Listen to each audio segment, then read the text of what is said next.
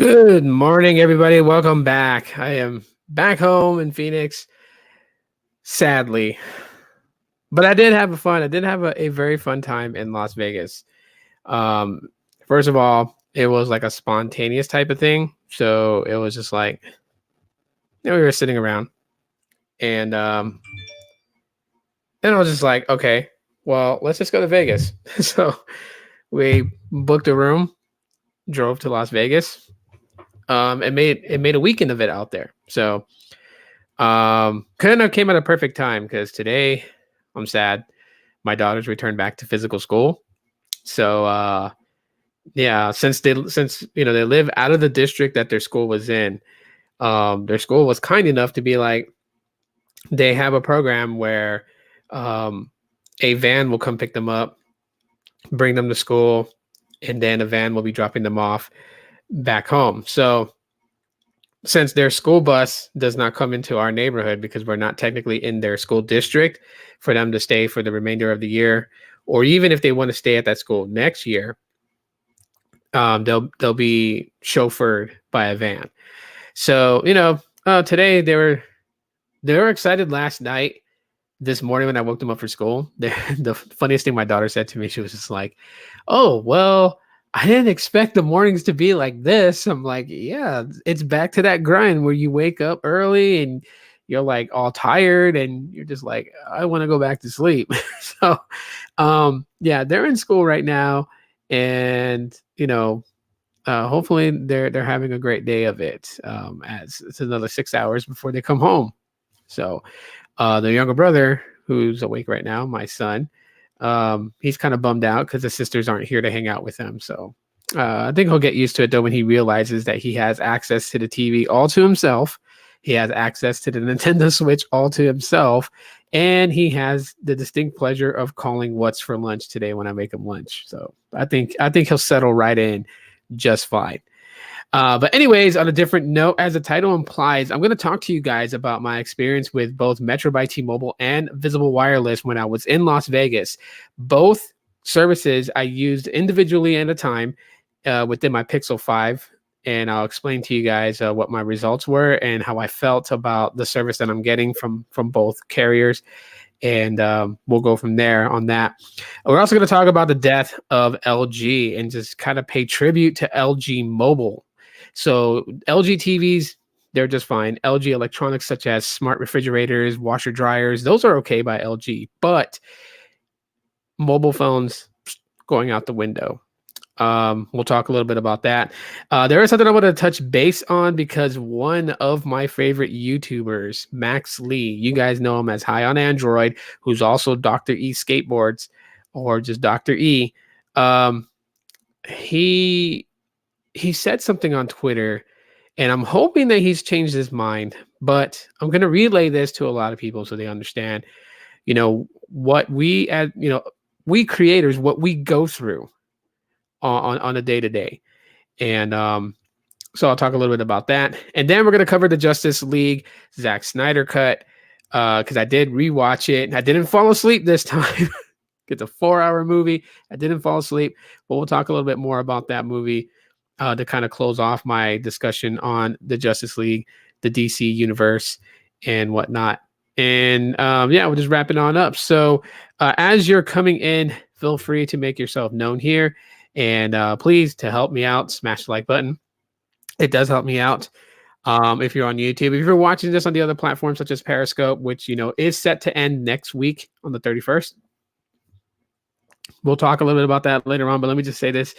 Periscope may be going away, but Twitter Live will still be there. So we'll get through all that.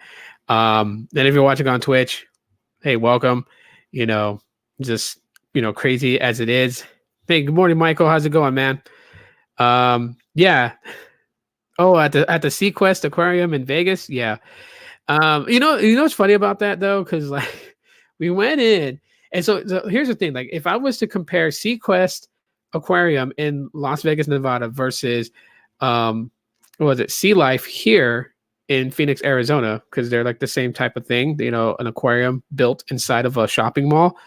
I would say the one here in Phoenix is a lot bigger with more attractions, but the Sequest in Vegas is much more interactive. It's smaller, but it's interactive.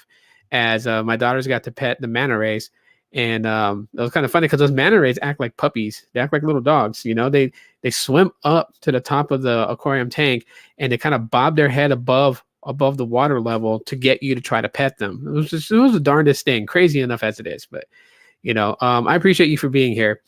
All right, so let's oh yeah, by the way, last thing too is that there'll be a little bit of a rant about mobile phones, and I'll get into that a little bit later. But let's start off with the first piece of news.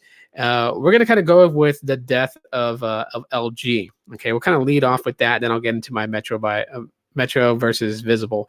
But LG Mobile, their mobile division, they're canceling their mobile division. Why are they canceling their mobile division? Well, it's quite obvious. It's that they're not making sales. Anytime that a major tech company such as LG is to cancel a specific division, it's because it's not profitable anymore. And a lot of people will say to the point that, well, LG dug their own grave. And right, I would have to agree with a lot of people who say that, because LG hasn't really been competitive for a long time. Sure, they've had their little moments, like, the V series and what it was able to do, with the LG chicken wing, everyone calls it, but the LG wing, trying to be a little bit innovative there. That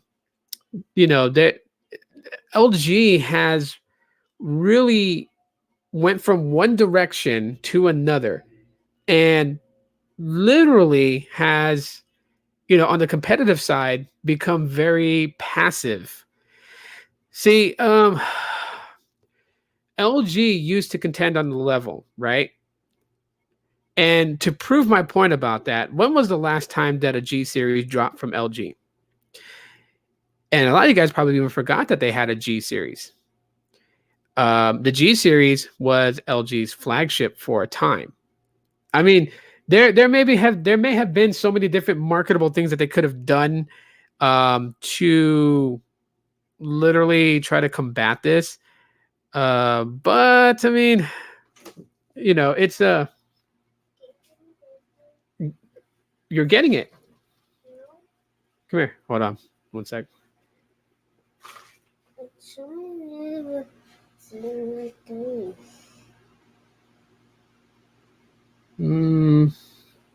Skip for now. There you go. You're all good. Close my door, son. So anyways, the G series was LG's flagship. That kind of just like went away. Everything innovative LG does, they end up abandoning it. I mean, that is part of the reason why. And again, not being very competitive, right? When you don't have faith in your own product, why should anybody else have faith in it? They tried many different things. They really have, and I'm not just talking about the LG wing, but you guys remember, what was it? I can't remember, because it wasn't something that was very memorable about LG, but I think it was the G8. Did they have a G8? I think it was a G8. The LG G8, where they had the hand gestures. This is right around the time that the Pixel 4 and Project Soli was coming, hand gestures and everything like that. Like, LG tried to step their game up with it by allowing you to control your phone, but it was only rocker motions. You couldn't do a whole lot of things. And then it had a biometric security where it could actually like read your, inside of your hand, your palm, like inside of it, to unlock. And that really didn't catch on. It didn't take off. However, but it was really cool though. I mean, because the pattern that it read, was only identical to a single person, right? So it was going beyond the fingerprint and using your entire hand. But I think it was like the blood vessels or something like that. I totally forget. But LG has tried. They had tried the G5. Remember, everyone remembers the G5. I think it was a G5. Yeah, everyone remembers that one. Trying to go modular, which didn't work out all too well. Their engineering and build of their device was just flawed, and a lot of people really kind of like picked on them for that. So seeing that LG is just going out the window. The veins, yeah, there you go. The veins. That's what of course, not everyone has the same vein pattern in their hand. But LG tried. just like even right now with the chicken wing and the LG Velvet, and trying to bring dual display without flexible display. So having those cases with a secondary screen, there were a lot of things that LG has tried. But the reason that people don't bite is the same reason. When you don't back your product and people can see that, then anything that you release down the road won't catch to a lot of people, because the impression you gave off was, I don't think my product is that good. So then everyone else is going to still believe your product is probably not that good. Even if you try to come back with the force and be like, we're back to change the game. We're under, a new president of the company, and he's going to take us, into the future with all these fantastic ideas. People are not going to jump right away. Maybe diehard LG fans will. The rest of the tech community, the rest of the consumers are not going to jump right away. They're going to want to actually see it, because actions speak louder than words in our community. You can talk all you want, but if there's no action, nothing's happening. So, it's sad to see LG kind of go away, because that takes away from options that we have. There are people that are talking about, well, everyone else is going to Samsung or going to Apple. Everybody's concerned about, the over $1,000 price tag. And I will always say this to everybody out there: if you're concerned about, flagships being over $1,000, then stop caving in to these companies. Everybody can protest these over $1,000 prices on these phones, and you don't have to protest. I don't mean protest by like taking a poster board and some stuff and drawing and standing outside. No, I don't mean that. I don't mean going out and destroying your city or anything like that. What I mean is that if, let's say, Samsung releases the Galaxy S22, and the starting base model price on that thing is $1,200, and you don't want to spend $1,200 on a phone, don't buy it. Don't buy it. Don't buy it. Don't buy it. Simple as that. Don't pay for it. Don't buy it. When you don't buy it, that's how you protest in the tech community, because dollars is where it really matters. And if your money is not going to the company, and then they're going to want the feedback. They're going to want to know, why isn't everybody buying the S22 at $1,200 starting? Why? And when the full consensus of it is that people are looking at the price and they're saying it's a turnoff. That's the reason why, is I'm not going to spend $1,200 on your base model and $1,700 on your most premium model. Then they're going to understand that, okay, we price these things too high, so let's figure out what we can do to bring a more attractive price and bring it down some, of course, without trying to sacrifice too much. But literally at the same time too, people also got to think with, for themselves that, a lot of these things are gimmicky stuff that they're basically putting dollars on. And so, you strip all that gimmicky bullshit away, and there you have the phone itself. And what was the phone actually value for? $700, $600. You know what I mean? Like, that's really where it's at. Sounds like BlackBerry 10 OS, Windows Mobile OS. They do not want to take on the big boys, Apple, Android, for the long run. I mean, yeah, but again, it's kind of LG's fault, because they actually were too passive. They weren't aggressively marketing. Exactly, zero product marketing didn't help them either. Exactly, yes, entirely. Your phone purchase price should not be equal to a down payment on your car. Yeah, but we've been letting them get by with that for the longest time. That's the thing about it, is that even if someone like me was to go and talk to everybody and say, hey, it's kind of ridiculous that you're going to pay $1,500 for a phone.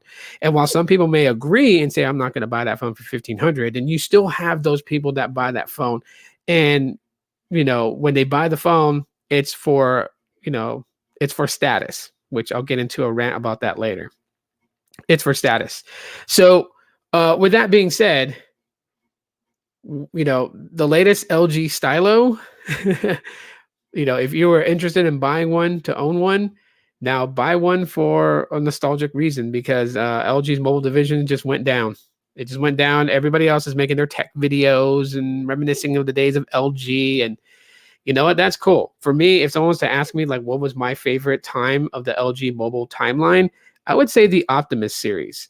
I really, really like the Optimus series, of course. Budget mid-range devices from LG were actually pretty solid. The LG Optimus Slide was probably one of my favorite phones, 3.2-inch touch display, but then you had a slide out QWERTY keyboard, and the thing looked badass, and it was on Virgin Mobile. But that was probably one of my favorite LG devices. And then of course the LG G Stylo, when that hit the market, and I got one. Shit, I thought I was bossing with that, pull out the stylus and everything like that, because of course I wasn't going to spend $700 to $800 on the Galaxy Note. I spent like $200 on the LG G Stylo. And the phone was solid, of course, but there were people that was always like rating on my parade, because at the time my service provider was Boost Mobile, and Boost Mobile had the 8 GB, 1 GB of RAM, and Metro had the 16 GB model with 2 gigs of RAM. So everyone's always just shitting on my stylo, like, yeah, yours sucks, man. You only have this much storage, But I mean, back then I was always modifying phones. Like I rooted the LG G Stylo. I did some quirks to it, being able to use a link to SD and then putting everything on my SD card, because I formatted my SD card as part of the internal storage and all that stuff. I have videos on that. Well, no, Blaze, good morning. So, I mean, yeah, I have to say, to LG, it was nice knowing you. Thank you so much for bringing us some good phones from back in the day. The V series phones were pretty nice. The Stylo series I really liked, and the Optimus was my favorite budget line from LG. So we bid LG farewell. Thank you so much for all the good stuff you brought us. Thank you for the last couple of things you brought us, like the LG Velvet was actually pretty solid, and the LG Wing was unique. Anyone that has an LG Wing, let me ask you guys a question. You can be brave and answer this, but do you ever play around with your LG Wing and pretend you're one of the Ghostbusters that's doing like a like an ectoplasma reading? I would. If I had an LG Wing, I shit you not, just for the hell of it, I would pretend that I'm like Egon, doing a scan on some ectoplasma that we found. Just, I mean, why not? Shit, if they had a phone that morphed like Sort of Omens, I'd be playing Thundercats all day. But that's for a different time. All right, so let's kind of shift tracks here. Let's go to Metro versus Visible Wireless. Now, this is just my findings. Let me just clarify this. This is just my findings. First of all, I was using the Pixel 5 for both lines, right? So I swapped out SIM cards to be able to use the phones and test it out when I was in Las Vegas this weekend. And so that's the key things that you guys got to take into mind here, okay? One, it was a Pixel 5. So we know the Pixel 5 has the Snapdragon X52 modem instead of the X55. So, of course, it's going to yield different results as its connectivity to the 5G networks from these respective carriers, right? So we have Metro by T-Mobile that is using T-Mobile's network, obviously, since their name is in the name. It's not enough that they own Metro PCS. They had to throw their name in there. Just, I guess the company's being a little bit insecure there. At least that's the way I feel when I hear the name. I don't know why they had to change it to that. But then you also have Visible, which, since it doesn't make sense to just call it Visible, everyone knows it as Visible Wireless. It is an MVNO owned by Verizon Wireless. Okay, so these are prepaids. They don't have a high QCI level within the company. Therefore, they're not going to have the priority over postpaid. And I wanted to see what types of speed tests I would get, because a good friend of mine, Carlos, obviously he does speed testing around there, and I watch a lot of his speed test videos where he's just like driving around and testing in different spots, whether it be on YouTube or various other platforms that he's social on. And I see the speeds that he gets, but he has iPhone 12s. And so the iPhone 12s have a different type of modem in it. The iPhone 12s have the X55 modem.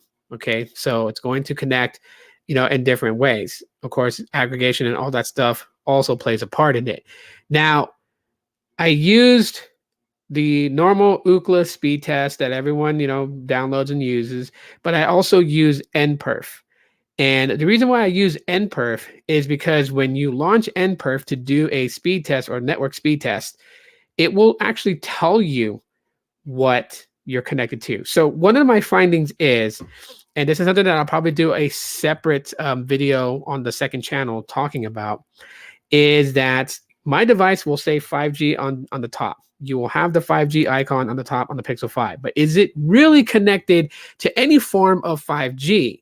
And that's why I use NPerf, because NPerf will tell me if it's connected to 5G NSA, which stands for non-standalone, or if, let's say, the standalone 5G is opened up on these phones, then it'll tell me if it's connected to 5G SA, which is standalone. And I find it funny at times that I will have the 5G icon on the top, but NPerf will read it as 4G LTE plus A. So like advanced LTE, not even actual non-standalone 5G. So it's not connected to any of the 5G bands, yet it's reading 5G on the top, but it's still LTE. So that's the reason why I use NPerf, and then I use Ookla just to show people that on Twitter and stuff like that, like what speeds I got on Ookla. But I'll tell you guys if it's actual 5G or not, just because NPerf gives me the reading. So it's actually kind of funny because Visible, as we know, now offers, has been offering 5G. It was exclusive to the iPhone 12s. Then it became available for the Galaxy S20s. Now it's available for the Galaxy S21s, for the Pixel 5, for the Pixel 4a 5G. And my findings is when I was in Vegas, it was a hit or miss with Visible, because Visible has that 200 megabit per second cap on the download. The upload is uncapped. So the uplink is going to be fine. If you're going to live stream on, Twitter or Facebook or whatever, you'll be okay. The download speeds is capped at 200 megabits per second, which is what I get LTE anyways. So what was the reason of putting my Visible SIM in my Pixel 5 to have 5G access when it's yielding download speeds very similar to LTE? Might as well just keep it in a basic phone like my Pixel 4, which is what it's currently in right now.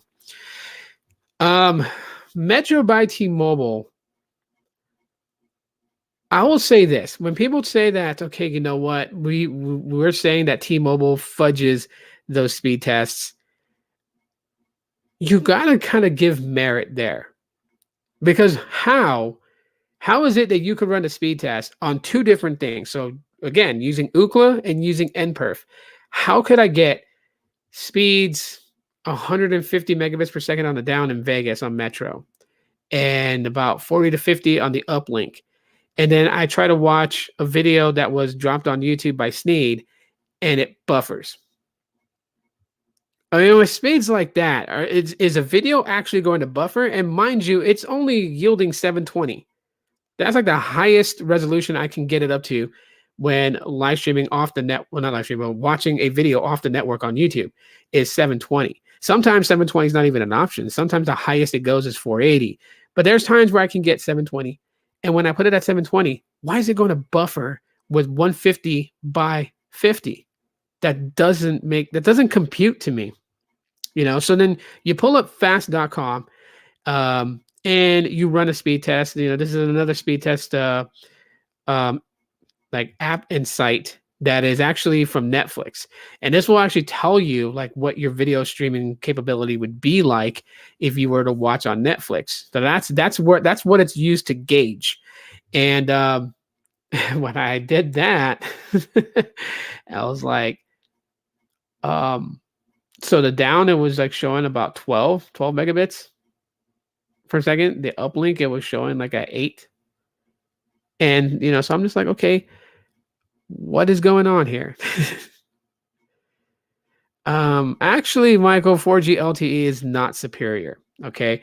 If you're saying that it is more accessible, yeah, it's accessible because LTE has been built out for years now.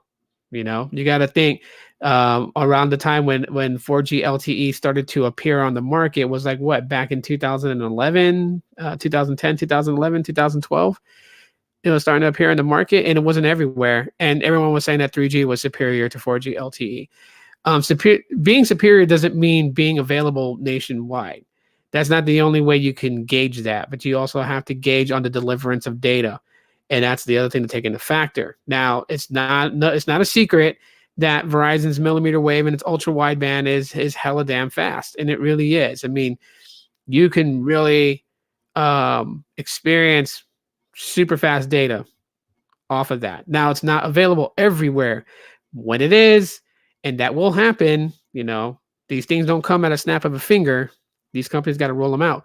But when it does and it happens, it is going to be insane. And even just, right now, when you think about it, like what Sneed is testing out in Cleveland, CBRS and everything like that, when you look at the stuff that he's showing us, it's kind of crazy and insane just to see, like how this is affecting everything else. And even LTE is getting better because of the advancements in 5G. So it's not only just 5G that they're focused on, but they're focused on the network getting better as well. So when you're looking at LTE on Verizon, right, most people were probably yielding 200 megabits on the down, are now seeing speeds like 500 or 600 megabits per second on the download. And that's just on LTE with Verizon. That's not even touching 5G and millimeter wave. But that goes to show you like the advanced steps that these networks are pushing towards, and they all have the end goal for all of them is all the same. It is all to get to that point where you're going to have some real badass fast speeds.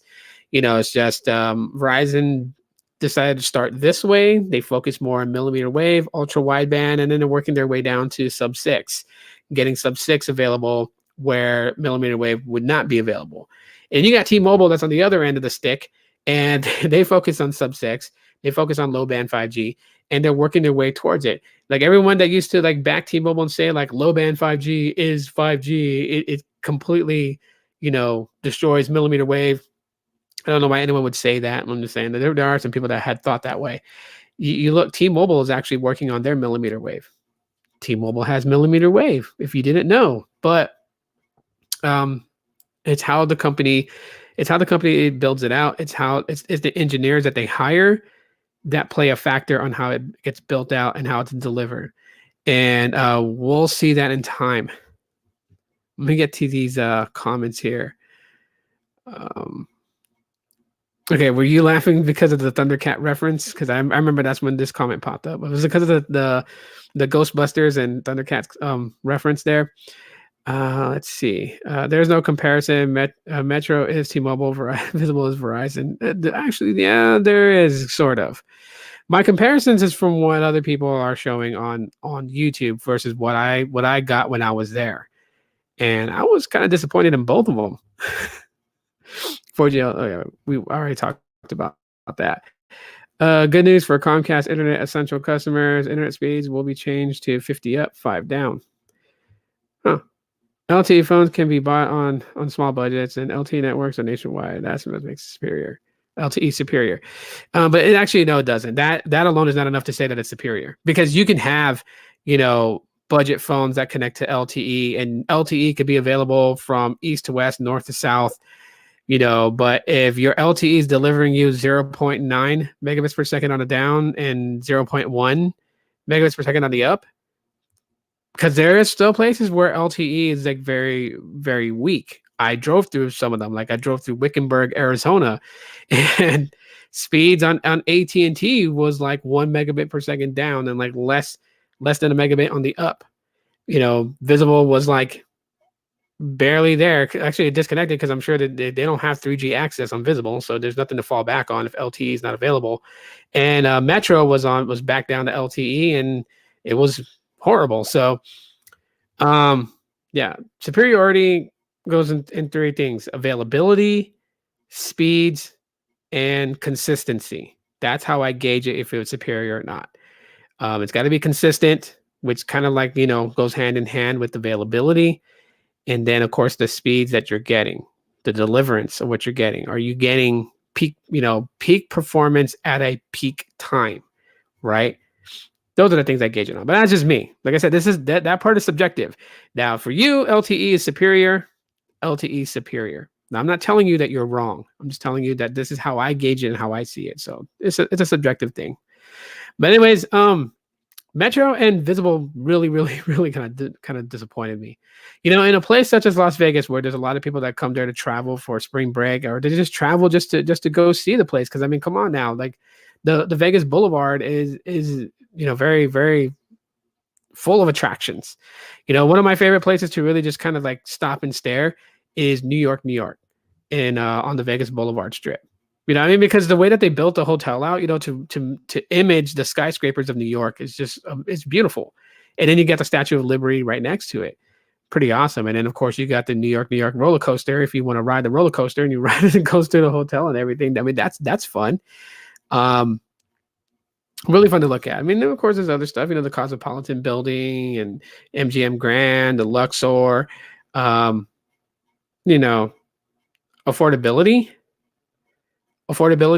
for the LTE network, because like LTE phone wouldn't really fall in that bracket. Which hotel did I stay at? The hotel that the hotel I was able to book because actually there was a lot of hotels booked out, and I'm not gonna spend $700 a night. So I ended up going to one called it's like OYO, which is nearby. It's right across from the MGM Grand, the OYO Casino and Hotel. I stayed there for 2 nights, um, and then yeah, we went venturing around. I tell you that the hotel is very funny. Side story, and I posted it on Instagram. But me and my lady, we decided because the kids were knocked out. The kids were tired from walking. So when we got back to the hotel after we got some dinner and stuff, we got back to the hotel about like 8 o'clock. My kids crashed out. They went to bed. They were just knocked out. So okay, so me and my lady were like, okay, let's go downstairs and just have a drink. And so we went downstairs to the bar. No, to also tell you another side story about Hooters and the dickhead that was like the maitre d' at Hooters, that jackass. I'll get into that a little bit. But anyway, so we went to the bar to have a drink. First drink we had was just a basic drink, Bacardi and Cran. And but the guy inside there, he was all like, because I vape, and he was all like, you can't vape inside here, But like inside and like on the casino floor in the hotel, you can smoke cigarettes, you can vape. So we took our drinks, we sat down, we're just listening to music, we're just having a conversation, just relaxing, me and her just talking. And then I was like, I'm gonna ask him, if it's okay that like I vape like right there by the entrance. And it's not a closed off bar from the floor. So I mean, if someone was smoking walking by, the smell would flow into the seating area around the bar. So I go to go to the bartender. I'm like, just to let me know, because I told him it was the first time that I've stayed at this hotel, but where's a safe zone for me to vape at? So then he tells me, he's like, well, you can't vape inside the bar area where the tables and chairs are. He's like, but if you see on the little small fencing, the tables that are there, it's okay for you to vape or smoke there or on the other side of the fencing. He's like, I know it's weird because it's all going to come inside the bar anyways. He's like, but that's the, hotel policy. I'm like, okay, that's fine. So we switched our seatings from sitting in the middle area of the bar to moving to the outside perimeter area, sat there and had a few drinks. So I had a couple of Bacardi and Cran. And then we ended up I got a watermelon Grey Goose martini. She had, I think she got the strawberry and lemongrass Grey Goose martini. Then we were like, okay, you know what? We're kind of relaxed. We're having fun. So she was like, I want you to do a shot of Patron with me. And like the reason why she wanted me to is because I don't drink. I don't drink like every weekend or every night or anything like that. It's very rare that I drink recreationally like that. So because I know that she's always wanted to just, hang out with me and have a drink and chat at the bar, because I don't like going to clubs. I'm boring like that. I decided, hey, you know what? I'm going to give her what she wants, at least once, So we had those drinks. So she's like, okay, I want to do a shot of Patron. I'm like, all right, let's do a shot. I'll do a shot with you. And she just kind of looked at me in shock. And I'm like, you wanted this. Like, you wanted to just hang out with me and have a few drinks. You're getting it now. So just relish in that moment that I'm agreeing to have a drink with you. And so we got our shot of Patron. And that's when they gave us the martinis also. That's when we ordered the martinis.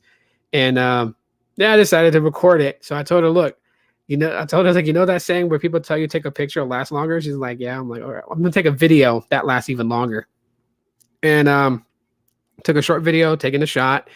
And so she had her fun. But that's where I stayed at. I stayed at the OYO or OYO, whatever, however it's pronounced or whatever. On I think it's Tropicana is where this is the road that it was on. Tropicana and the Las Vegas Boulevard, not far from there. But that was fun. Let's see. That's a bad risk. You're on vacation in a strange area and you feel safe enough to leave your children sleeping without an adult present. Their teenage brother was up there with them, bro. So they, like, my 3 little kids weren't in the room by themselves. Their 16-year-old brother was in there with them. I'm not that kind of parent that's going to go and have a drink and leave small ones in a room by themselves. No. And that's the thing that I tell people about assumptions. Don't ever assume things, because then you end up looking like a fool. So no.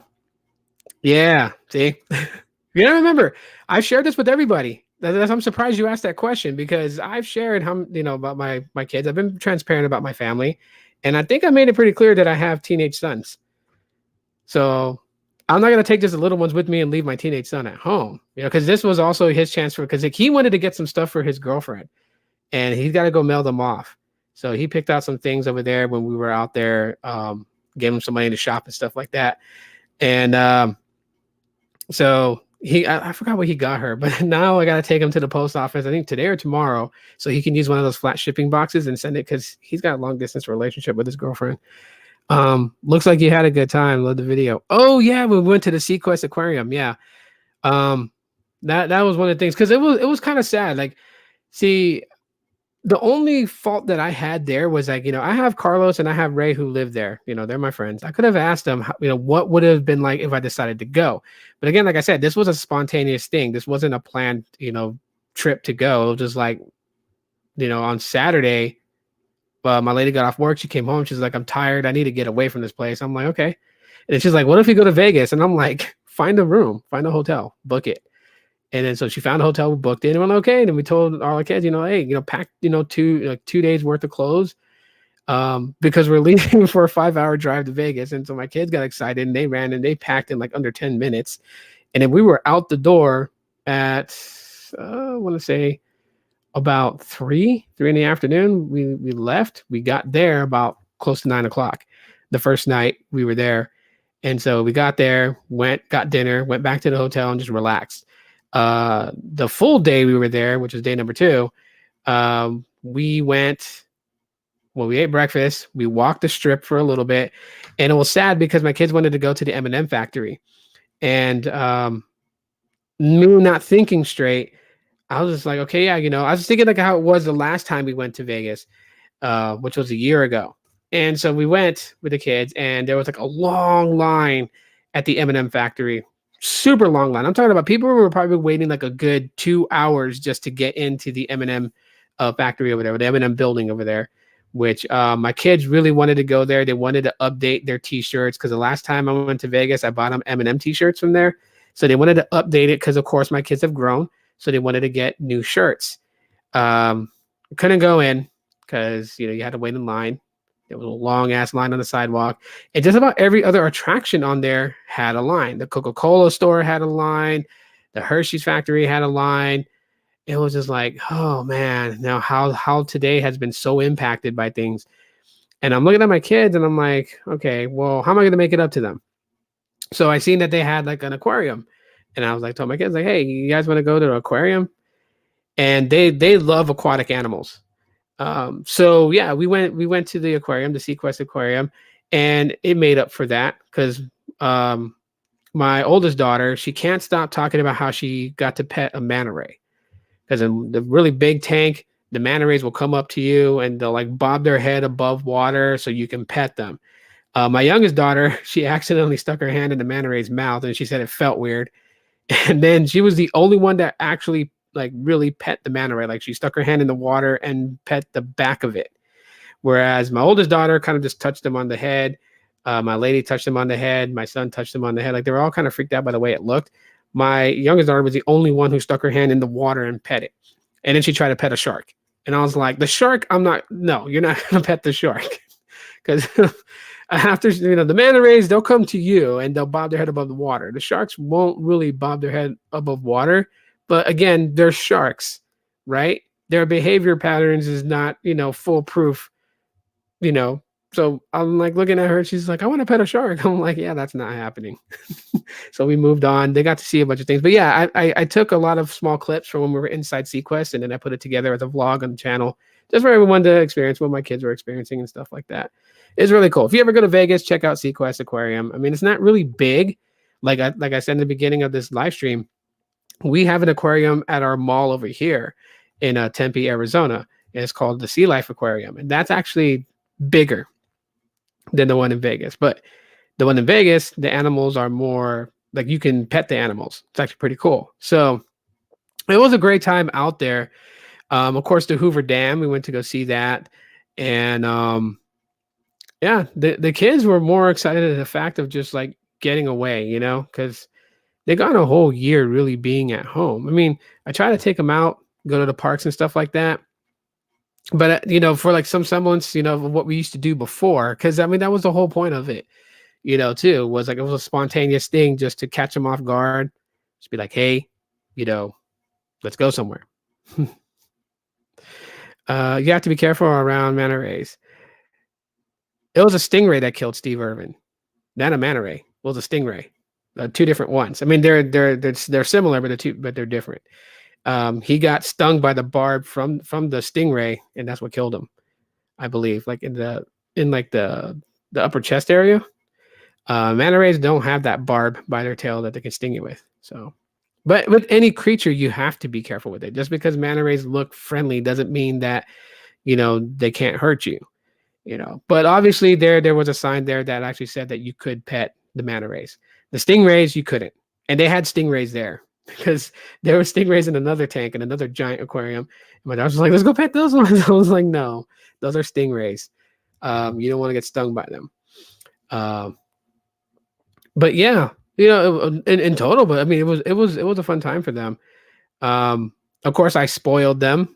So they. Like my son, just because like all of last year he's been very helpful, like doing his chores on time and things like that. And so we found a skate shop there, and he wanted a brand new complete skateboard. I mean that means board, trucks, bearings, wheels. All of it. And so we walked into Zoomies at the mall over there, and then I seen a complete. From a brand called Element. If you guys know skateboarding brands, Element has been around for a long time. It's pretty decent. And so I was just like, he was looking at him because I was like, hey, because last time I gave him $200 and he spent it all on his DLCs for video games. And I kept telling him, like, you could have bought a brand new skateboard. And so he was like, oh yeah, I could have. And he started thinking of, and I started naming all the things that he could have spent his money on if he wanted to. He kind of just like felt like, oh man, I spent it all on like downloads for Fortnite and stuff like that. So I was like, yeah, you spent $200 on downloads for Fortnite and Nintendo Switch and all that. Like, come on, man. So we went to the mall this time, in Vegas, and I was like, hey, look, there's a complete right there. And then he was staring at it. But my son is humble to that factor that, he won't ask for it. And so I told him, I was like, do you want a new board? He's like, sure, if I can get one. I'm like, it's a simple yes or no question. Do you want a board? And he's all like, yeah. I'm like, okay. I'm like, do you want a complete? So he ended up getting the complete setup.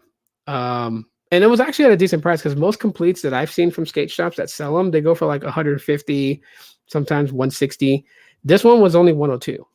So got it for him because he deserved it for all the things that he does, for being on online classes on time to, basically doing his chores around the house without being told. So he got his skateboard and he got to buy a couple of gifts for his girlfriend.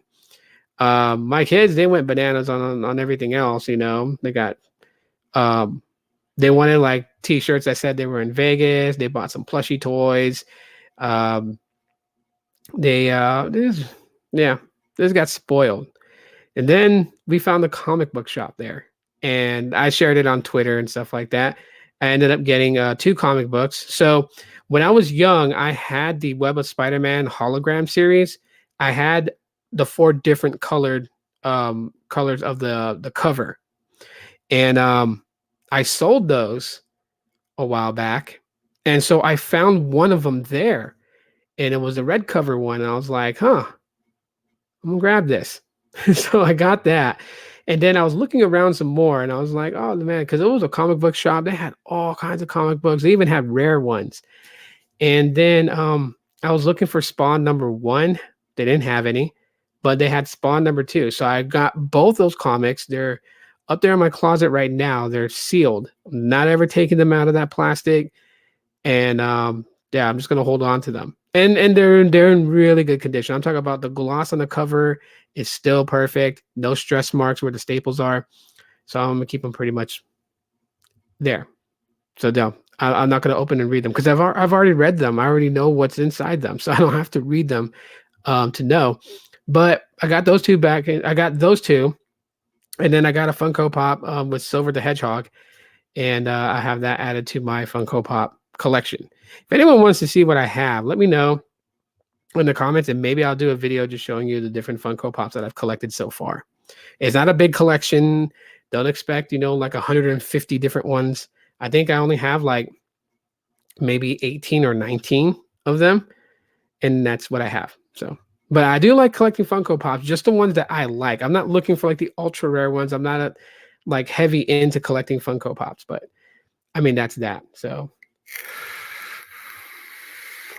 anyways, shifting a little bit away from that, let me just say to close that out, Metro versus Visible, it was disappointing. Visible on Visible 5G, I was getting 30 on the downlink, about 15, 20 on the up. With Metro, there were times where I got 200 on the down, 60 on the up. There was times I got 150 down. There was times where I only got like 80 down. And the reason why I said that Metro was disappointing, even though it seems like it was faster than Visible, is that the consistency of Metro was not there. And we're talking about the Las Vegas Strip. So, there's places here in Phoenix where on Metro by T-Mobile's 5G, I'm pulling down 600 megabits on the down, and then about 80 to 90 to 100 on the up. And that's in certain areas. And so I'm kind of still learning a lot about this stuff. So I will figure out why am I getting that there, and we'll go from there. Yeah, it does suck in Vegas. It does. It's not consistent. So there were certain areas where I was able to depend on it, certain areas that I couldn't. But I would say this though, Metro, whether you get 200 on the down and 80 on the up, or you're only getting 50 down and 12 on the up, it doesn't work for live streaming. It just doesn't. It just doesn't at all. You live stream and your live stream could be pixelated. It can be fuzzy. So like when I did live stream, I was using the AT&T line with the iPhone, and that picks up 5GE, which is just advanced LTE, because it's the iPhone XS. So I would live stream with that, and I could say that AT&T is pretty consistent out there. But I mean, of course, the AT&T is a business elite that's I'm using from Carlos, so that's why it's not thrown in the mix to compare between two prepaid such as Metro and Visible. But Visible really, really disappointed me. I was expecting better out of Visible. It just didn't. I don't know what's going on with Visible, but it just seems like that their network connectivity has gone downhill. Because even here in Phoenix, it's getting bad. Even just depending on LTE with Visible is starting to get bad. Like I have Visible back in my Pixel 4, and it's just Total Wireless is much better than Visible. Yeah, Carlos was like, Carlos didn't meet up with me that night that I was there because he was with family, and I told him like, he was hanging out with with his family. I'm just like, don't dig out on your family just to hang out with me. You know what I mean? Like, we only live 5 hours away from each other. He comes down this way every now and then. He can come see me. Like I didn't have to go and bother him because I hit him up because like my family was tired. They wanted to go to sleep, and I was still up.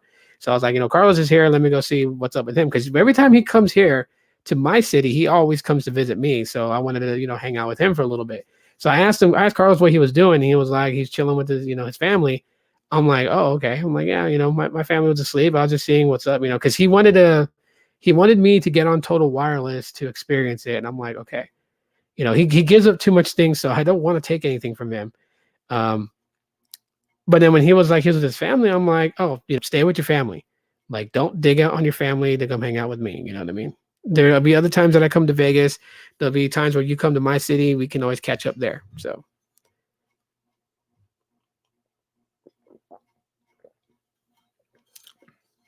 By the way, today's beverage of choice is lemon tea. But yeah, let's catch up with this. Postpaid priority. It's only $20. 1 gigabyte gets unlimited capped.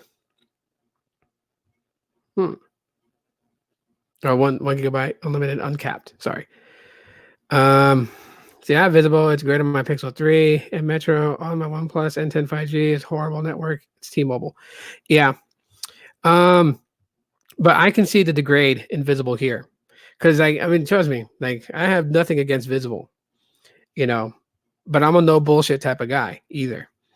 And when I had Visible, when I started the Visible account 2 years ago, when Visible approached me to test their network, so they set up an account for me, I've kept that line. Like I told them, I want to keep the line, so switch it off from your guys' payment, because it was funny when I logged into the Visible app when I first got Visible about almost 2 years ago. Um, where it has the payment method, it showed American Express, and it was American Express business account. So I had to make sure that they took that off as a form of payment, and gave me the account and everything. So I've kept Visible since, and it's always been fairly good here. And now it's starting to degrade in what I'm getting as far as connectivity on LTE. Even my son has experienced that, because he has Visible also. And he's noticed a difference that he never needed to connect it to the home internet here to do things on his iPhone. He never had to. Now he does, because he's noticing the degrade in their network. And I don't know if it's because, Verizon's doing network upgrades here in Phoenix and it's affecting Visible, because Visible has they're not on that same priority that, Verizon postpaid, Verizon prepaid, and other MVNOs such as Total Wireless are on. He's not on that. So that could be the reason why we're experiencing this. I'm not entirely sure. I always try to confirm with Sneed and Carlos, because they follow closely with these carriers to know what specific business moves they're making that's affecting the network. So I'll probably reach out to them later and try to find that out. See, the problem is that now for 5G speeds, Verizon is focusing on short range bands. For now, the end goal result is for them to extend that, right? So I mean, yeah, millimeter wave, it doesn't project super long distance, but Verizon will have those pieces to the puzzles, when 5G is rolled out. See, that's the thing. 5G is still new. It is still in its infancy stages, and it is moving along at a rate, the same rate that the LTE build out happened. So I would expect 5G to be just about as consistent as LTE is back in 2014. I would expect that to come probably about 2023, 2024 to be like that. AT&T deploying slower 5G on low band, so the coverage area is long range. Yeah, that's the difference between sub 6 and millimeter wave. And if you, like I said, if you think about it, the end game result for all these companies is the same thing. Verizon started with millimeter wave and is working on that. They're focusing on millimeter, ultra wideband. They're also CBRS and C band. That's a thing that you gotta listen to Sneed when he talks about these things. He explains it and breaks it down so much better than what I ever would. And that's just being honest. But they are working on their low band as well. But they're focusing on the fast speeds deployments. That's the thing that they're focusing on, and they'll get to the low band towards the end, which will be a longer range coverage. Now you look at T-Mobile. T-Mobile's focusing on low band, which the speeds you're getting from that can be comparable to just basic, advanced LTE, or sometimes less than that. But T-Mobile does have millimeter wave. Now, are they doing it right the same way that Verizon is doing it with their engineers? Who knows? Because I don't even know who T-Mobile hires to, who they hire to build their network. That you gotta ask Sneed. They know, but yeah. I heard it's degrading in Texas too. Yeah, there's some people I know that live in Texas that have Visible that have told me that it's getting bad. The Planet Earth mentioned it on a video. Yeah, I'm surprised. The Planet Earth, he he responded to one of my tweets where I did a speed test for Metro, and he was literally it was F T-Mobile. But I was surprised that he even saw my tweet. I know he's connected with Carlos them and everything like that. And shout out to Planet Earth. I mean, his videos are dope. I like his videos. Let's see. Fast 5G is not worth the crap if you don't have the coverage to receive your service. But see, this is not the end game result. I guess that's where I'm going with this, Michael. what you're seeing with millimeter wave, this is not the end game. This is not where it stops, you know? So, like here in Phoenix, they're getting access to millimeter wave, right? They're building all these, you know, these nodes on like the telephone poles in downtown Phoenix, like all over. You can see these new poles they brought in, and obviously it has the node inside, and you can connect. Um, you look in like in certain neighborhoods, they're actually putting like all these not in front of every house, but like, you know, from one end of the block to the other end of the block, there'll be like tower nodes right there, like those little mini ones. And then in the middle of the like in the middle of the block on the street, one of the sidewalk areas, they're putting like, oh, I hit my desk. They're putting a box there. And so what they're literally doing is they're making it to a point where it's going to be you're gonna be able to like have a lot of it spread out throughout your city. So right now, where it's at doesn't mean that's it. That's end game. So if like what was it right now? How many markets does Verizon have millimeter wave access in? The last I remember was 16 markets. It could be more now, but those are not the only places that's going to have it. That's not. They're not done. All right, you still got another couple of years build out. Like I said, these things are going to take time, but really, when it comes down to it, like the way that I perceive everything is that low band 5G is going to be like in rural areas. So in rural areas, we'll start seeing speeds like 100 megabits down, 200 megabits down, 60 up, which is decent. In really heavy populated, like dense populated areas, like metro cities and stuff like that, you'll be seeing speeds of like 4 gigs per second down, 1 gig up type of thing, right? Which is a huge difference between 200 down, 100 up. Okay, that's where I feel like that it will eventually be once 5G is considered the normality from coast to coast.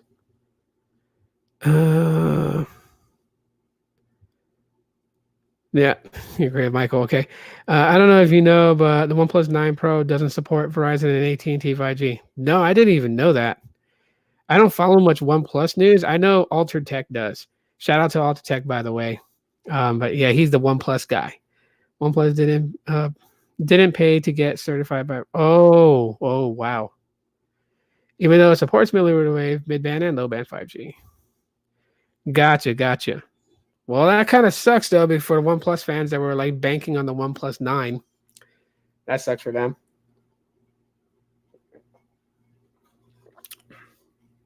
All right, but yeah, switching tracks. So the last live stream I did, I talked about Zack Snyder's cut of the Justice League, and I was honest with everybody. It's a 4-hour freaking movie. I passed out in the middle of it, so I lost a lot of the middle part of the movie. I really more talked about the end, the apocalypse future that was like heavy with Jared Leto's Joker. I think Jared Leto did a good job with this Joker. Although he's not more than likely not going to be brought back to do the Joker, I think if they were to do a Batman movie with Ben Affleck as Batman, then I think Jared Leto would play a good part of the Joker. But I mean, there were a lot of things in the Justice League movie that that Zack Snyder changed. First of all, we got to see Superman in the black suit instead of the red and blue, and obviously that one of the big things about the black suit, what it paid homage to, was when Superman in the comics revived, and that suit, like, it speeds up his healing factor because he absorbs like the solar rays is what he uses to repower himself or to heal himself. The suit speeds that process up for him, and so we got to see him in the black suit versus the red one. They also changed the dialogue between him and Steppenwolf. So when you kind of look at the differences between the 2017 Justice League movie and Zack Snyder's cut, Superman doesn't have that dorky, retarded statement when he confronts Steppenwolf at the end. This time, Steppenwolf, right before he strikes Cyborg with his battle axe, Superman just gets there in time to absorb the impact of the axe, which does nothing to him, and then he cools, like he freezes the blade with his freeze breath and destroys Steppenwolf's axe. A little bit more gorier. Obviously, Steppenwolf completely changed Um, and this is something that I didn't notice until I actually watched it the second time, and then I noticed Steppenwolf's armor changed completely from what they had in the 2017 version to now. So seeing that was like a huge change. And you know, like I said, I'm not gonna spend too much time with this because I talked to, I think most of the impact points were at the end of the Justice League movie, because I don't know what they're gonna do with the DCU. They're gonna do anything grand. All I gotta say is that the DCU needs to stop trying to be like Marvel. Stop trying to be like the Marvel Cinematic Universe and do your own thing and make these movies dope. Let's see, it's almost 10. I'll be leaving around 10:20. I have school 10:30. Yeah, no, it's cool, man. I mean, you gotta do what you gotta do, man. It's called life. You got school at that time, then you got to be there on time. I don't expect people to stay and watch my live streams throughout the whole thing. I mean, always come back and replay. Um, I'm thinking about doing like those little bullet points in the description that tells people when a certain topic starts, because maybe not everything everyone's interested in, but if they want, um, they can skip to it, or I can just download this entire live stream and chop it up and just upload them as videos for just those segments. I'm considering what I'm going to be doing, but yeah. But anyways, yeah, if you got to go, Michael, cool, man. Just and have a great day and enjoy school. Hopefully, it's good. But anyways, just to kind of like close out my thoughts on the Justice League, the Zack Snyder. First of all, I think Zack Snyder should have a real hand in it. I mean, the people that he chose to score the movie for the music, I thought that was a good fit. I love the subtle changes that he's made, like in the 2017 version at the end when they're trying to when Steppenwolf is trying to unite the mother boxes together. Um, the background, the sky was red in Zack Snyder's cut. He kind of made it like like bluish night, like a midnight blue. I thought that fit better than having like this fiery red sky. Um, just from everything, like the subtle changes in it were good. It's 4 hours long. It's long as hell, but I mean, um, I still felt like that Zack Snyder's handle on it was great. I honestly think that they should continue with Zack Snyder with, doing more future Justice League movies. And I also feel like that, they really they really outdone themselves with this. Yes, I still agree with a lot of people who are like 70 million budget spent to extend the movie to something like this, Yeah, because I think a lot of people are focused on, the trailer for it. Zack Snyder focused with Jared Leto when he showed that Jared Leto's Joker would be in his cut of the movie.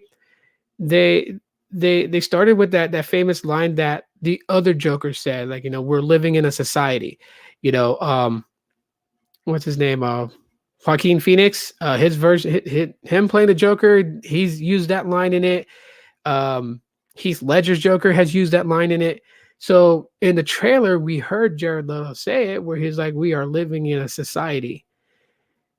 But when you actually watch the end of the Zack Snyder cut, Jared Leto does not say that in the actual movie. So people were kind of like scratching their heads, like, why would you have him say it for a trailer but not say it for the movie?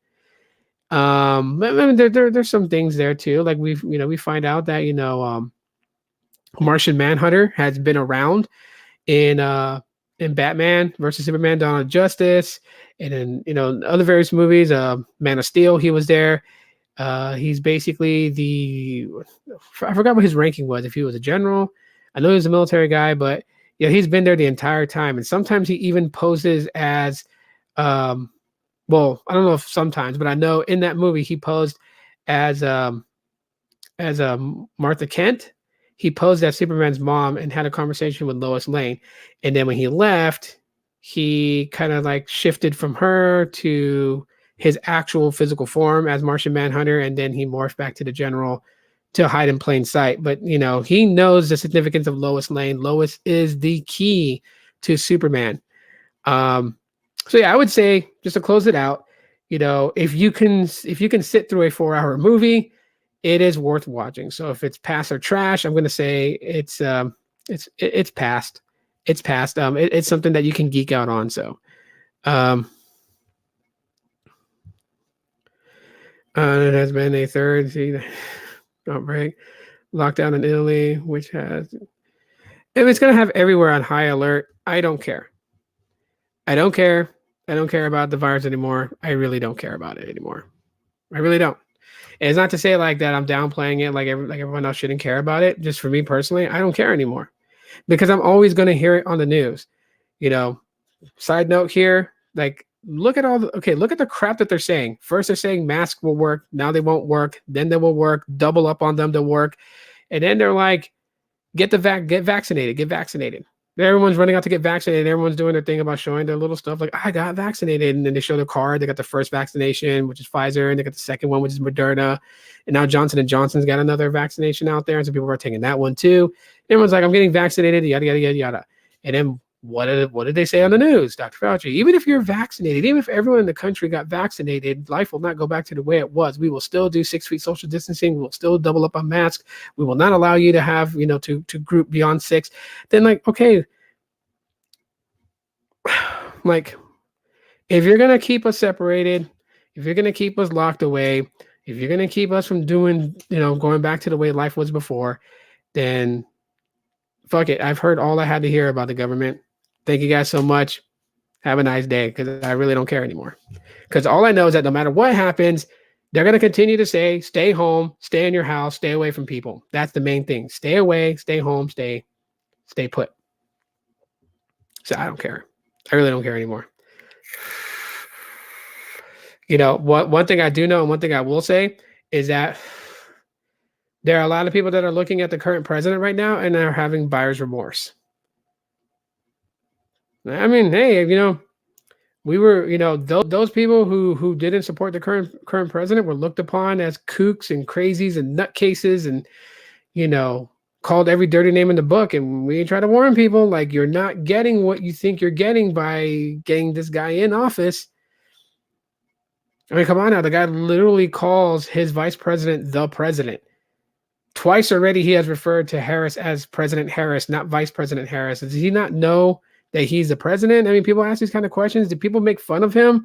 And I mean, that kind of spoils it when we're trying to drive that point. Like, hey, you guys really notice that the current president kind of seems a bit out of it. But yeah, some people, buyer's remorse. People are like, where's the 15? And even then right now, right? Like, they were talking about he signed the whole thing with the tax credit being raised to $3,000 and $3,600 for children under the age of 6. And people like jump for joy. Well, what the hell are you jumping for joy for? And then he goes on to say, what he signed in as an executive order means that you will get, partial of your payments throughout 2021. So from July to December, you'll get half of it, and you get the rest of the tax credit on your tax filing in 2022 when you file for 2021's tax returns. And here's the thing: a lot of people are going to get pissed. I know this much for this. Okay, talking politics now. So if you don't like it, that's cool. If you drop off, that's fine. But here's where people's going to get pissed off, because you have people that don't understand all these technical terminologies and where they're going with it. And the way that the executive order for the increase in the child tax credit, it's not put into plain context for people to understand. So a lot of people are going to expect a $3,000 per child tax credit unless they're under the age of 6. They'll get $3,600. They'll be expecting that in 2022 when they file the tax return. But they're also going to accept the partial payments starting July, because it's free money to an extent. That's how they're looking at it. I'm not saying it is free money. I'm saying that's how they look at it. So they're going to get pissed when they realize that they're only getting $1,500 per child when they file in 2022. And they're going to be like, I thought I was getting $3,000, and then got to be reminded, you did get $3,000.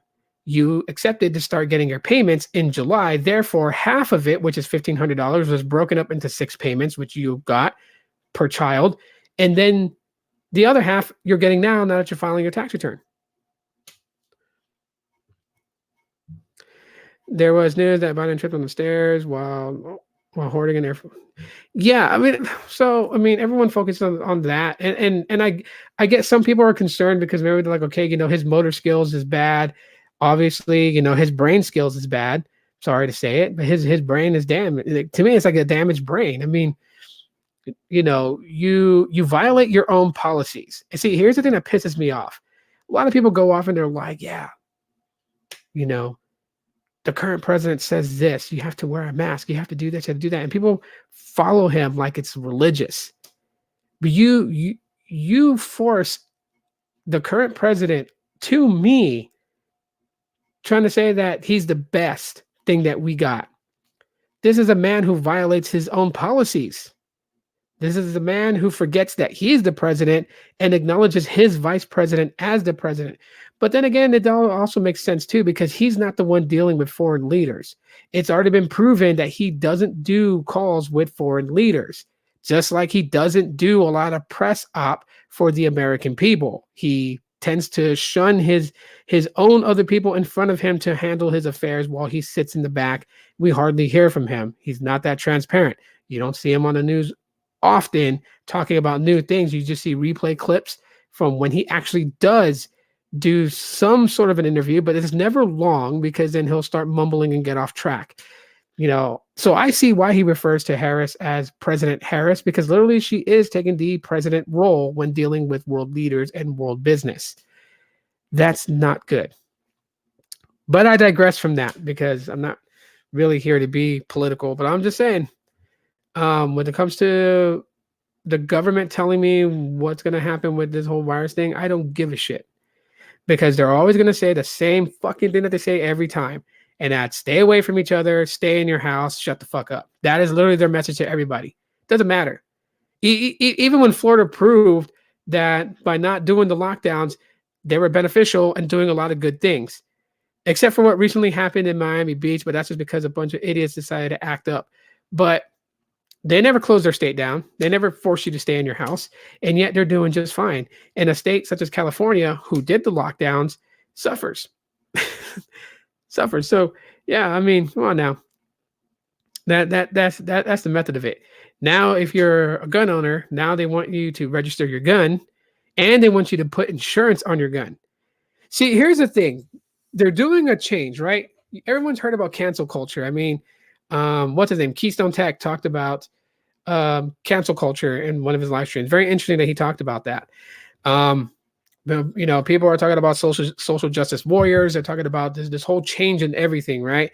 The standoff between Candace Owens and Cardi B. Those people who are literally, trying to shift things to make everyone open to these things. And when we say things such as, like, for me personally, I don't agree that, a man who identifies himself as a woman should be allowed to compete in women's sports, because that league is for biological women. I know that a man's body is built differently than a woman's body, and we're talking about muscle mass and all types of other things to be on top of it. So just because I say I'm a woman it's still not fair for me to compete in women's football. If they had a women's football league, it wouldn't be fair. Wouldn't be fair at all for me to compete. Would it be fun? Yeah, it would be fun, but we're not talking about fun here. We're talking about a league specifically designed for women, because women wanted to have their own league, just like the NBA. Then you have the WNBA. You have the Women's National Basketball Association, and you have the National Basketball Association. It wouldn't be fair if Michael Jordan, identified himself as Michelle Jordan and came back to get another ring for Chicago. That's not cool. And personally, I wouldn't be okay with that. But they want people to be accepting of that. And this is the thing about it. They're not, when people are like, you say these things that they're going to dramatically do to us as American people, but I don't see it happening right away. Well, of course not, because you don't boil water and throw a frog inside of it because the frog is going to hit the boiling water and jump out. No, you put the frog in the water and then you slowly turn the water higher and higher and higher. You allow the frog to acclimate to the temperature of the water until you have that sucker full blast and it's boiling, and he's not going to hop out because he's already been conditioned to it. So he's just going to sit there and boil to death. That's how you destroy people. You slowly introduce them into things. You make subtle changes that don't do a heavy impact, but it will lead to that impact that you've wanted. It may take time, but eventually everyone will start to agree. Like they're already wanting to push this thing of doing psychological evaluations in your home and for every member in your home. But why the fuck do we need a psychological evaluation? Why? Why does someone have to come from the government, have to come to my house and do a psych eval on me, on my lady, on my kids? Why? What are they looking for? Are they looking for the people who are most likely to resist and rebel? And they're going to try to pinpoint all of them so they can just eradicate them so they can have all these people who will just bend. See, that the problem isn't the people in office per se, but it is the people in office. It is this notion that they feel we got them on the fence. Let's make them depend on us. So, like, I'll point out the current welfare system here since we're on this subject. Fuck it, let's talk about it. I'll point out the current welfare system, right?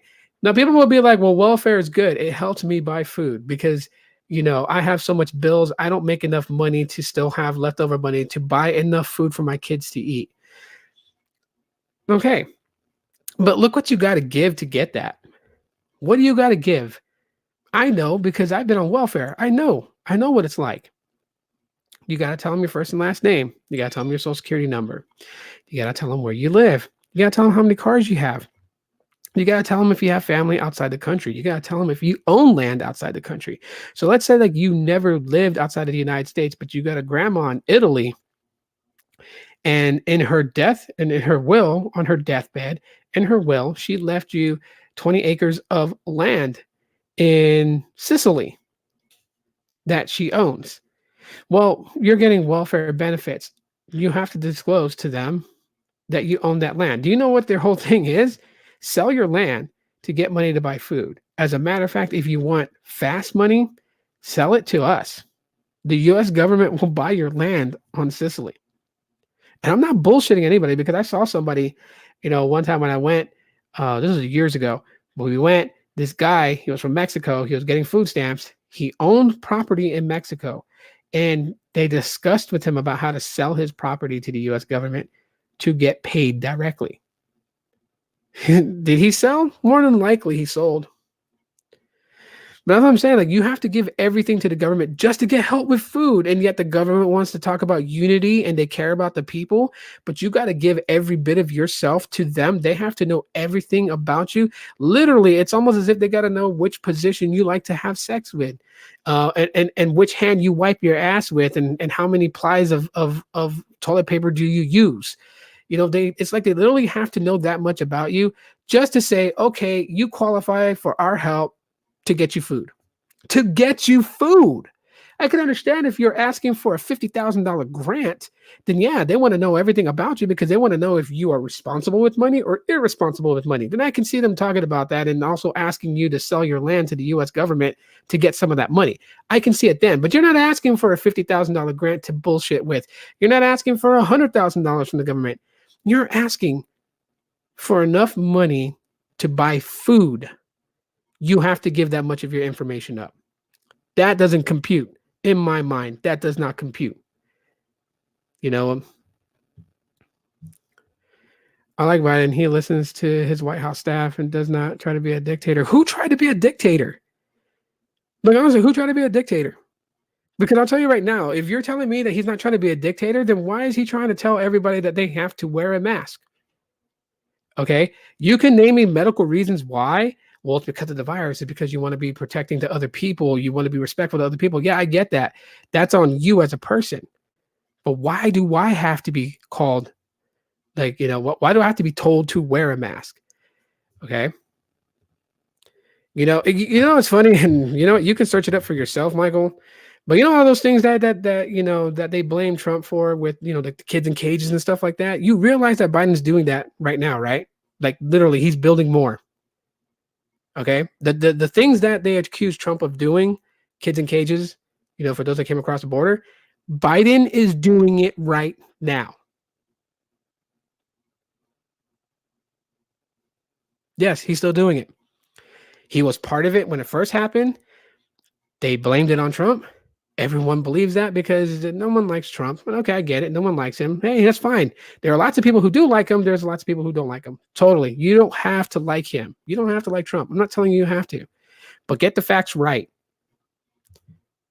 That's why I say, like, right now, a lot of people who did vote for Biden are coming out with their own personal stories of buyer's remorse, because the things that they were told, what he was championing for to become president, it's not happening. Has he sat down with BLM? No, has not. They pitched the narrative to a lot of people that there was going to be some sort of college loan forgiveness to a certain amount. And what happened? What happened when that college student said that they're going to need more than $10,000? Um, is he planning on doing anything about that? What was his response to that person? We're not going to do anything about that. Okay. So before you become president, you make it apparent to everybody else that you're going to fight to wipe college debt. You get into the office, and then all of a sudden your answer is no. We're not going to do that. You're still going to pay your college loan debts. You know. Of course, there are a lot of people who are pissed off that, with this last executive order that he signed, that $15 an hour minimum wage didn't become a factor. Exactly this point.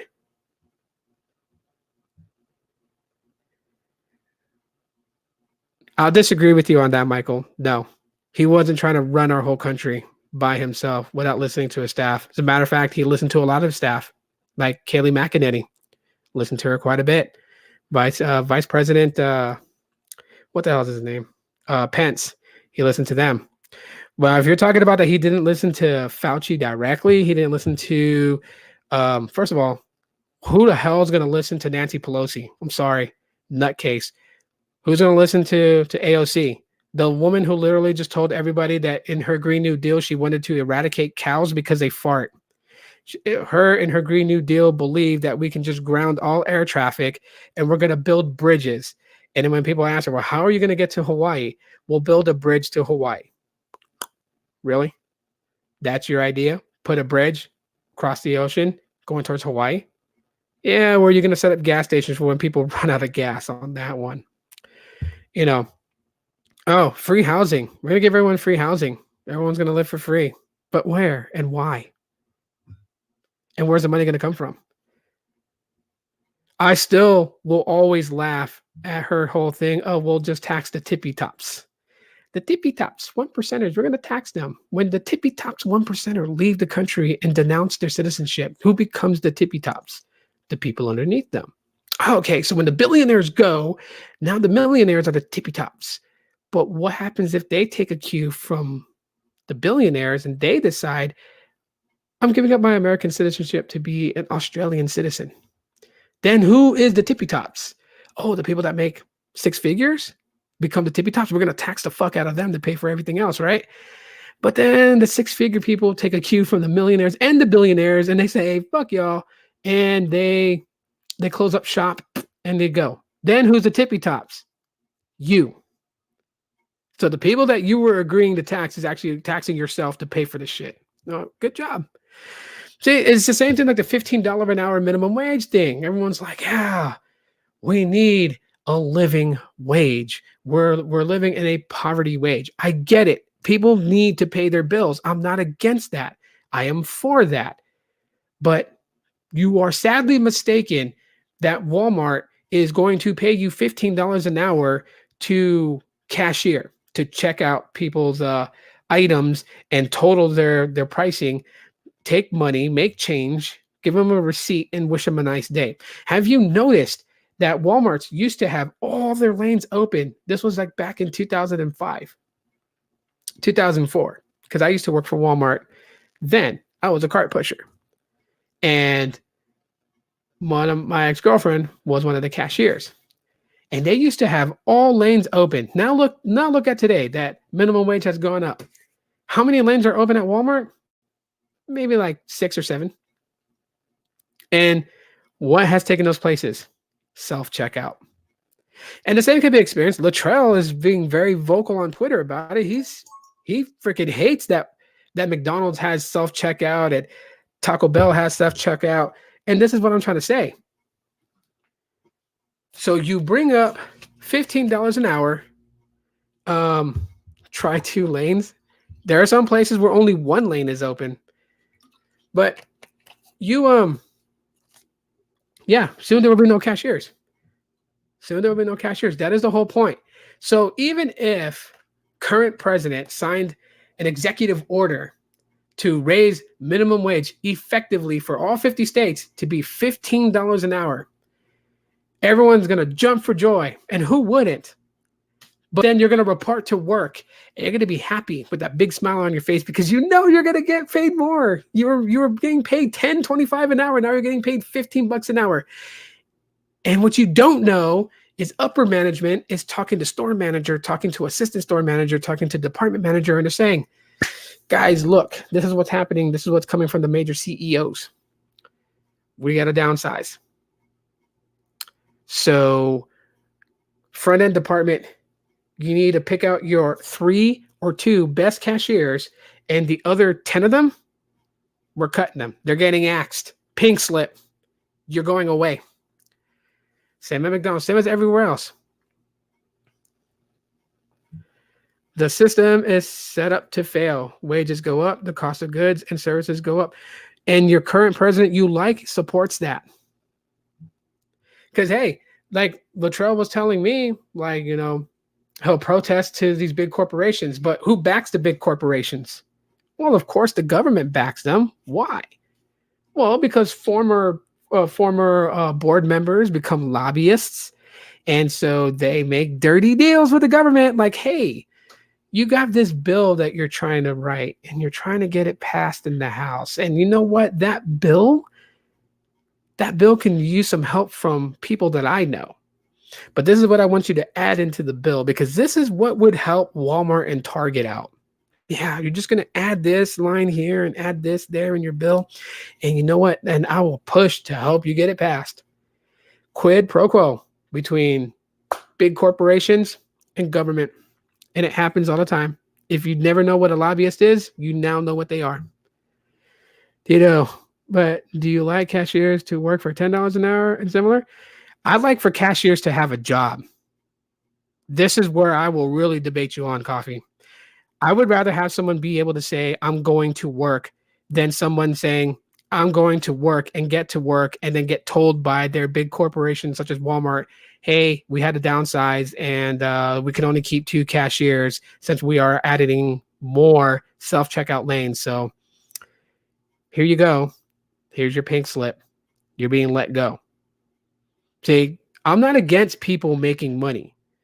I don't know why people have this perception that when you say the $15 an hour minimum wage is not good, everyone thinks that, oh, you just don't want people to have a job. You want them to make less money. No, I want people to work. What I don't want is for people to have to lose their job. And trust me, big corporations don't give a fuck about people. Okay? You can't go and say that big corporations care about us, so they're going to make sure we get paid $15 an hour and that we keep our jobs, and then go and say we want to tax the fuck out of them to pay for the shit that we want that we don't want to pay for. You can't call them good and bad in the same breath.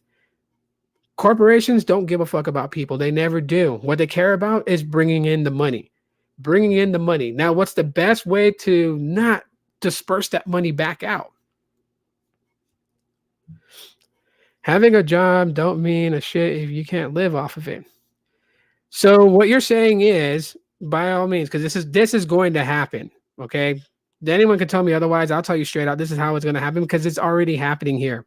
So you're telling me that having a job don't mean a shit if you can't live off of it. So it's good for them to raise the amount of what the minimum wage is all the way up to $15 an hour, and then people lose those jobs. So then now they're jobless. They got to go and try and find something. Right? You're talking about them trying to go find something. You're talking about young kids today too, because they'll affect them. Because there's kids who want to have an after-school job. They want to have a summer job. But if they only need 2 people because, they're not wanting to pay out the labor costs, then what? Either way, it's a dead-end stick, because you're saying that, getting paid $10.25 an hour, getting paid $11 an hour, that ain't shit. So why work? Well, because you're still making something. Okay? Now you're still making something. You bring it up, $15. You're talking about with business corporations, you're talking about labor costs, which they're going to try to keep down. All right. Anyone can challenge me. Don't challenge me. Challenge your job. If you have a job, talk to your manager and ask them, how does it work for labor costs? What is the end goal that our company wants when it comes to labor costs? And you will be shocked at what they do. Why is it that it's okay today for one person to be able to assume the day-to-day duties of 5 employees? And somebody can't sit here and say that I'm full of shit on it, because my fiance goes through it. She works at a store for Arizona State University. She works for a company called Airmark. She works for that company. They literally had her run the entire store by herself. What would take, all right, Michael, take it easy. Have a great day at school, bro. They literally take what would be a job for 3 and lay it all on her to do it. And they cut the rest of the people because they wanted to save on labor costs. And you're talking about, at the time, there was things signed that was supposed to help supplement payroll for businesses, right? And I know Aramark got some of that money, just like other corporations got it. Because Aramark is not a small mom and pop shop, so they didn't have to go through the hoops and everything like that to try to get that grant. So, anyways, they still cut back on the labor. So my lady had to do inventory by herself, and they told her 2 days before it was due, because they have to communicate with her when inventory is due. And for some reason, her stupid ass bosses always tell her 2 days before it's due. So she has to count every fucking item in that store by herself, and get it tallied into records and make sure that it's triple checked. A job that would take usually her and 2 other employees to do, she has to do by herself. At the same time, while trying to get that inventory done, she has to do the documentation for, what the fuck is it called? Invoices. So all the orders that comes in, what she spent the company dollars on to get product in her store, to sell in her store, she's got to submit that paperwork. And she can't do the inventory until all the invoices are done and submitted in. Then she has to do the inventory. At the same time, when students from inside the dorms come into her store to buy stuff, she has to be there to, of course, ring them up and check them out and sanitize the store every 20 minutes and stock the food that came in, undo the orders that come from Coca-Cola and various other vendors that she gets, and then also stock, the sushi that the sushi man makes. She has to do all that in 8 hours. A work that would take 3 people. And trust me, big corporations don't give a shit about people because they're okay with just her doing that all by herself. And you know what's funny that really pissed me off? They wrote her up. They wrote her up because she didn't have enough items in her store. The store didn't look like it had a lot of stuff in, especially when they gave her a $6,000 budget and told her you can't spend over $6,000. So she kept everything under $6,000, which meant that a lot of things that she normally orders for the students to buy in the store, she couldn't order. You see, it's a game. It's a game of fill up my store, but spend this much, like just a little bit. And you know what? We'll hard labor you. So 2 of your cashiers, you have to chop them. You have to send them home. They got to collect unemployment. We're furloughing them. And all the duties now are on you. And then they'll give her shit. And I'm witnessing this because she unloads all her frustrations on me. I don't think that's right. Because one way or another, somebody suffers. That's the point that I'm getting to there. You can champion for making a decent wage, but if you make what's considered a decent wage, then big corporations see that, hey, you're making more money. So, this cup here that we used to sell for 99 cents, we think you'll be able to afford it at $1.50. So we're going to inflate the prices of merchandise, products, and goods. Gas prices go up even higher, because you can afford it now. You're making a decent wage. You can afford it. And then big corporations are like, well, we don't want to pay that out, so we can downsize. How did they prove it? Well, hey, if Airmark was like, we're going to downsize the cashiers and stuff that we have, they'd be like, well, can one person really do all this? They can say, yeah, of course. Of course, one person can do it. We have this woman who is my woman. She's been running her store by herself, doing it, invoices, inventory, stocking, and basic labor work inside the shop for 8 months by herself and has handled it just fine. And of course, my lady's a hard worker. She's not going to quit. She's not the type to bitch and quit.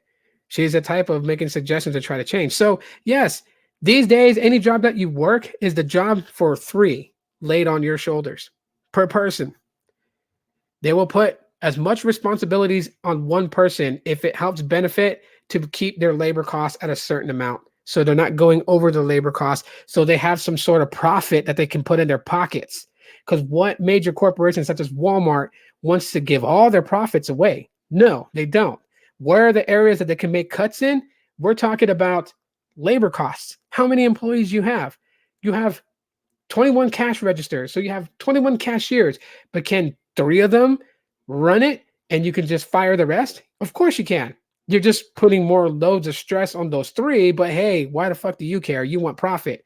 So you fire the other ones, and now you tell these 3 cashiers, you're my elite group of cashiers, the best of the best.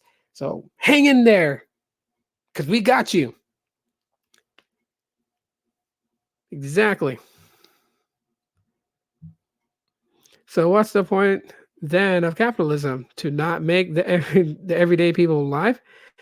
Well, the point of capitalism is you being able to capitalize on your ideas and products and make something out of it. That's the idea of capitalism. The problem with major corporations today is that they don't believe in the capitalist vision to that degree. Greed. Greed is what it is to major corporations. So while you can sit here and argue the point that it should be 15 an hour, somewhere it's got to give. But I'll tell you this much right now, major wealthy corporate owners, they're not going to budge.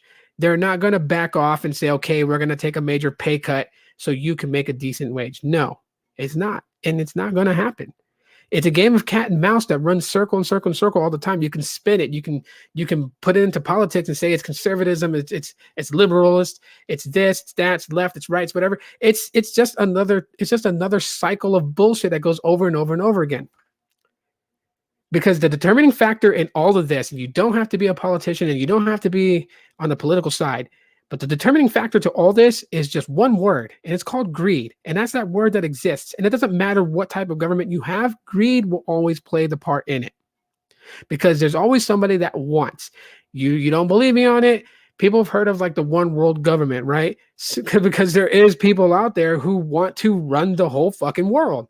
And if they could manipulate other governments to fall in line like good little soldiers, they can make that happen.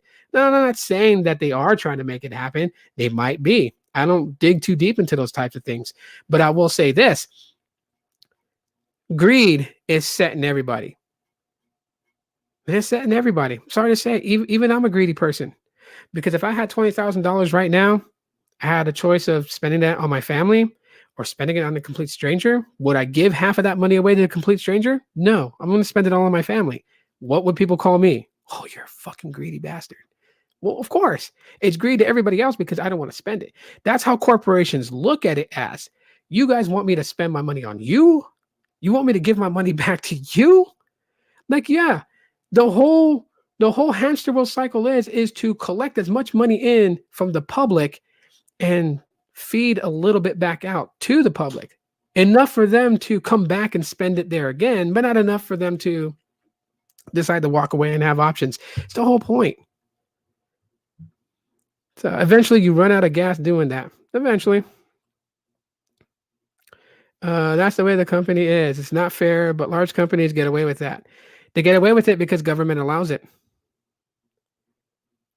Where are you getting your vape juice after April 4th? Probably nowhere.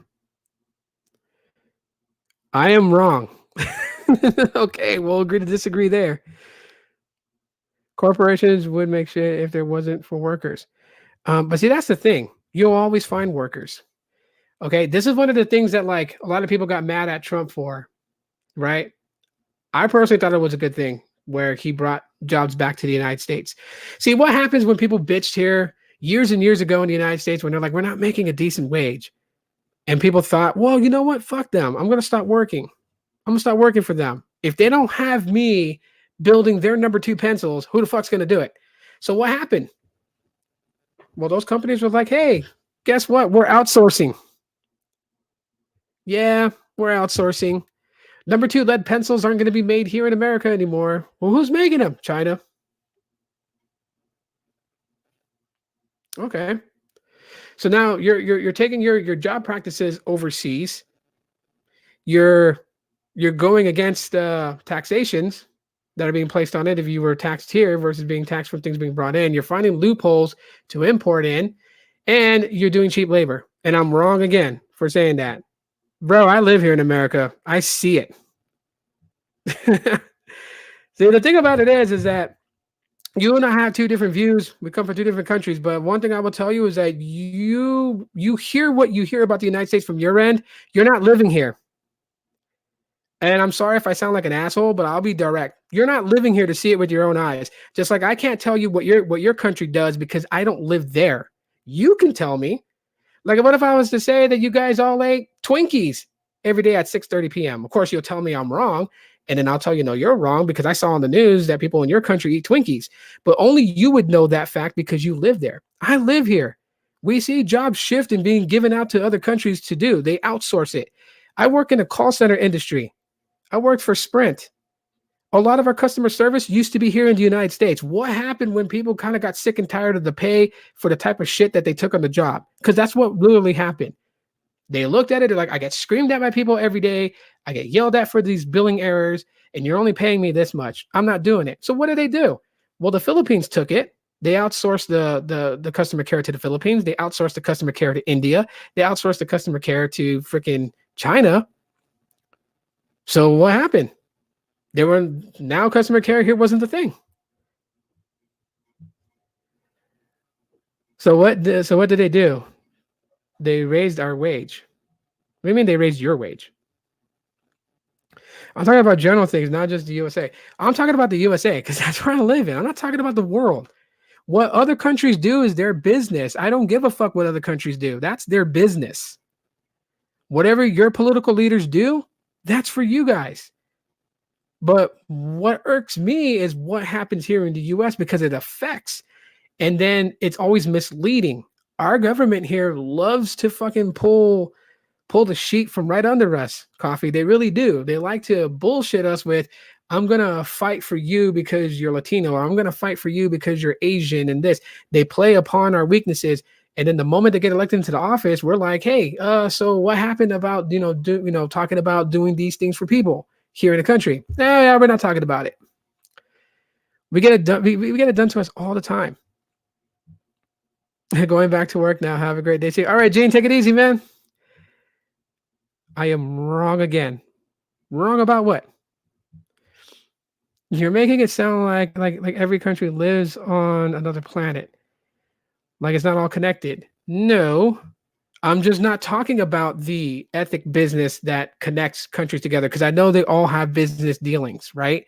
We know the United States gets some of its oil from the Middle East. So there are deals done between those countries that affects the countries, both parties, right? If like the Middle East was to raise the amount of what it costs per barrel of oil affects our gas prices here in the United States. I know what you're saying. And I know from your point of view, you're going to have a point of view on that. But let me just be firm with this, okay? You and I come from 2 different countries. You and I come from 2 different backgrounds, okay? I'm going to stand for my people the same way that you're going to stand for yours. It sucks to have to say that because wouldn't we all get along? Wouldn't we all love to just be at peace with each other and not have to have these boundaries? But it's a tug of war. And I'm not going to sit there and say, yes, let my fellow citizens here in the United States suffer more so other countries can prosper and be better. It's a sucky thing to say, but there hasn't been a ground to ever lay it out to where all sides can feel good and be equal to that extent. There's always someone that is going to tow the cable and somebody that's going to make the person tow the cable. It's been that way. It is in our nature for one to dominate. It has always been like that. It sucks. It totally fucking blows. But that's how it is. Everything's made in China. I work at Amazon. Last month it was Chinese New Year's, and we are barely working due to no goods to be shipped. I think someone just likes to argue. Now, Coffee and I have had this relationship. We've always been like this. He always gives like a point of view, and I give a point of view. We've done this in like chat, whatever, whatnot. But I'm not gonna like look at it as in like he's being like a personal attack, whatever. He's just giving his point of view. I don't give a fuck about my people, just myself. And ergo's the whole thing. Ergo's the whole thing. Do you see what I'm saying? There are people that are just out for themselves. There are people that are just out for the people. But what I'm saying is that if my country stands to gain, I stand with it to a degree, because obviously I live here. I don't want to live, nobody wants to live in poverty. Nobody wants to live beneath somebody else. But that's just the way that the world is working right now. Can everyone just shut the hell up and just like do their own thing, take care of their own people? Hell no. Okay, you want China that basically wants everything here. They obviously have. They obviously go for it. I ain't trying to be part of China and the CDC over there and their practices. Hell no. Now I'm not trying to I don't want to make anyone feel bad and make them feel like that they're not worth anything, because all humans are worth a lot. And I'm not talking about value like money. I'm talking about you as a person. But it's really hard. And this is why I say politics really don't fit well to have conversations with, because people tend to get very emotional about it. I know that, which is why I kind of tread lightly on the subject. But to be real with everybody, we are affected by these things. We all go through these things. We all deal with these things, and one person's walk of life is not exactly the same as the other person's. But the same way, if someone was to tell somebody else to bend so they can do better, I mean, that's really what's being asked is hey, life sucks for me. Can you just stop? Give up your wealth so I can be happy? Who's going to do that? Because greed is the one word that just tends to be, not just in the US society, but in all societies. Greed hits. A person gets a little bit of money. What happens? What happens when they get a little bit of money? What do? We started a Fortune 500 company. What happens? Sure, you may start on a humble beginning, but later on down, little by little, especially with the people who tend to surround you, you tend to get to this point in your life where you're surrounded by a lot of sharks who kind of feed you all kind of information, and you eventually become a shark yourself when the greed hits. Would it make the world work if every wealthy person, I'm not talking about just an American person, but every wealthy person, a wealthy person in Italy, a wealthy person in Japan, a wealthy person in China, a wealthy person in Thailand, if every wealthy person was just to put their money in a pile and then send it equally amongst how many humans are living on Earth, some people say that would be a good thing. Would it though? But at the end of the day, here, 15 an hour, sure, it'll help. But I'll tell you, major corporations here are not going to keep everyone that they have if they have to pay out $15 per hour at 80 hours a week. Some people even work 90 hours a week. They're not going to do it. And that's literally the reason why McDonald's, Taco Bell, and all these other places are getting the self-checkouts. Every grocery store that I know here in Phoenix has self-checkout. And self-checkout is ran all day. And the regular checkout lanes are closed most of the day. Walmart's here in Phoenix, 3 regular lanes open. Everything is self-checkout. Fry's food and drug store, self-checkout. You go to restaurants, Taco Bell, self-checkout. You know what we have here too? At some of our restaurants like Chili's, self-order and self-checkout. They got that little box thing that sits on the table, and the QR code, you scan it. But now you can also order from it to your table and then someone brings it to your table. And then when you're ready to check out and leave, you pay through that little vendor kiosk thing, and you're done. Why did they do that? So instead of having like, you know, 10 waiters and waitresses, they've cut it down to 3. And all these 3 people got to do is walk the entire floor and make sure everybody's cups of drinks are refilled. They're cutting back on the waitressing job. They're cutting back on the cashiering. They're cutting back on the fast food industry. They're cutting back. Why? Because they don't want to pay the labor costs. I'm sorry. I'm not saying it's right. I'm not saying that's the right thing to do. I'm just spelling out how it's being done. You don't like it? You hate it? Because that's the part that I'm emphasizing on. It's not about, and again, I keep saying it, this is how I know that some people aren't listening. I'm not against for people making a wage that is livable. I am not against that. But the practices that heavy corporations here will do, it will happen. Jobs will be cut. And that's what I don't like, is that you're going to raise it to 15, but who the fuck is going to benefit from it when they're being kicked to the curb? Because how could you make a living wage if you don't have a job to go to? Say, heed my words closely. I am not against for people making a livable wage. I just know what these greedy ass corporations will do if it's set at that price, because they're already doing it. And some places have minimum wage still at $8 an hour. Some places have it at $12 an hour. Some places have it at $10 an hour as a starting wage. And they're already implementing self-checkout and self-help systems. So this hasn't even been pushed to being 15. What up, my daily side? What's going on? That's why I see at Five Below only one person work there and such. Yes, we're not even at $15 an hour minimum wage. However, they're already implementing self-checkout systems to put in place. And like I said, it's the frog in the hot water effect. You throw a frog in boiling hot water, he jumps out. You put him in cold water and slowly turn it up. He acclimates to the temperature of the water until it's full blast boiling, and he doesn't know he's being boiled alive. And boom, he's dead. So at a place that you get paid $10.25 an hour, they have like 2 or 3 self-checkout machines to just make your job easier, is what they say. Take the load off of you so you're not overworked. That's crazy. The minimum wage here is $7.50 an hour, and they still have mostly self-checkout. Yeah. It's going everywhere. They're getting everybody. So there's more evidence. No, okay. Okay. I could use a self-order, though, here at McDonald's. The last 5 times I was there, they messed up the order 4 times. Okay. So you're like, you can use you would use a self-order machine to take your order. So you just, okay, wait a minute.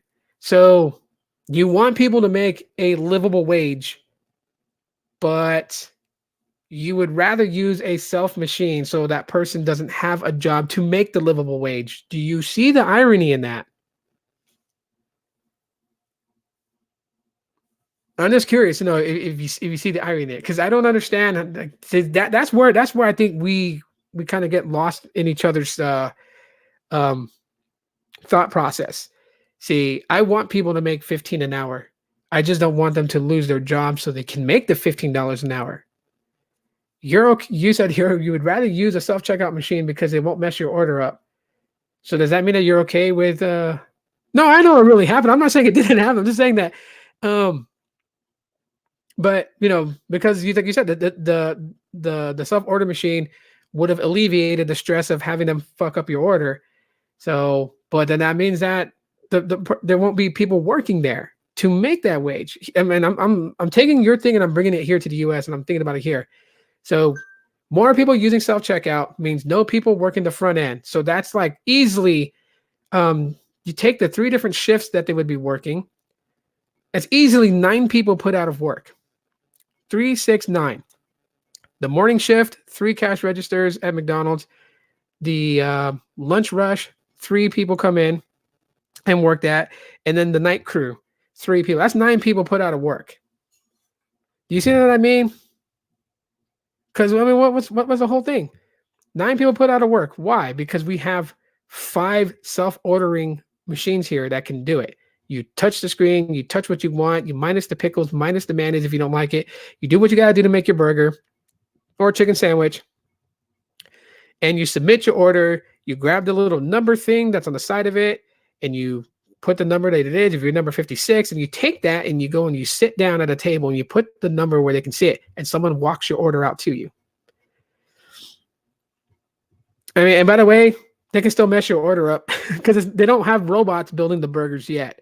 So there's still human people building the burgers, and they can read no pickles and they still can put pickles in. So, but I mean, it was a joke. Oh, okay. But I'm saying, but there's some people who actually think that way. They're like, I would rather use self-checkout because people mess up. People mess up. Yes, humans make errors because we're humans. We're not robots. Of course we do. But I don't want people to lose their jobs. That's where I stand on it. I'm not against 15 an hour. I'm against the loss of work. And the people in power is major corporations, the same ones who try to shut down mom and pop shops. They don't want you to buy, your cotton t-shirts from a mom and pop shop that's, a self-owned business. They want you to buy it from Walmart. And they do that because lobbyists from Walmart will bridge the gap between our government and our corporate leaders and say, you do this for us, we'll do this for you. You do this for us, we'll do this for you. And what is one of the biggest things that the lobbyist asks for from major government? Well, to put these things in your bills that's going to be voted on, and then make sure it makes its way all the way up to the president to be signed in. And those things that they incorporate on the bill could be the very death of a basic mom and pop shop. I just want someone smarter to work. I can see it now. It's like, we're hiring for cashiers at McDonald's. Yeah, we won't take anyone that has less than a master's degree just to make sure you're smart enough. I'm kidding now too. I'm joking around being playful because I think people need a laugh before people get, all stressed out. But at the end of the day, it is what it is on that. I mean, that is the reality that we live in here in the U.S. One day I would love for you to go over the reality of what you live in your country, as far as like your government decisions and things and it'd be cool to know the things that, like what our government does that impacts your country. Because I mean, if you were to ask me now, do I know what we do here that impacts you guys? I couldn't really tell you specifically because I don't know. I don't live there. If I lived there, would I be championing for you guys? Of course, because it's impacting me as a person. Again, all these things lead back to us as individuals, how we're being affected by it. The problem with our country here is that we have a lot of people in office who manipulate to get what they want. And that's some of the biggest crap that we deal with. No. Gosh, man, you guys in that one, no trick models. I know how you guys say it. Hang on, let me get to these comments here. 15 an hour equals products costing more, then you're right back where, yeah, exactly. Inflation. Of course, because they gotta charge more for the product so the company makes some sort of profit that they're comfortable with, because the CEO of Walmart, he can't take a pay cut, because if he takes a pay cut, he won't be able to afford that, $10,000, soft gold toilet that he's been wanting all his life. It's always the rich versus the poor. It will always be that. That is the oldest battle. What USA does impacts the whole world, sadly. I know that. Of course it does. And there's sometimes those impacts are good. A lot of times they're not good. I know that. And I know that from other people's point of views, because I chat with a lot of people that live around the world, and they express why some of these countries dislike the United States because of what it does to them. And it personally affects them. And I understand that. A lot of that wouldn't have to happen too if we didn't have to send labor jobs across to other countries to do, because we have greedy leaders who just who just want money. And trust me, we do. We have people in our own government system who takes donations from people who support them. Like, I could run for a Congress seat, and people could support me and say, "Hey, I like what you talk about, and I want to see you, win a seat." So because I like you and your ideas and your thought process, I have a check for $10,000 to help support your campaign. You know what some people do in that position, and within our government, coffee, they get that money and it gets put into an account, and rather than that go towards them campaigning to get that seat, what they do is they wire it to a family member, like Maxine Waters, who wired over $1 million to her daughter. Over $1 million for what? Her daughter wasn't even working on her campaign. This is over the years that she's been in office. Gave $1 million to her daughter. Why? Just to have. Shouldn't even be for that. And it came from money that people donated because they supported her. They wanted her to keep her spot in Congress to help her campaign out. Well, your daughter getting wire transfers that equal to the amount of $1 million doesn't really help your campaign. That should be a personal thing. By the way, what's this LG Mobile dead? Oh, well, LG has decided they're not building phones anymore. No more phones. They're only going to focus on TVs, washing machines, and washer dryers. I mean, they'll still build those types of things.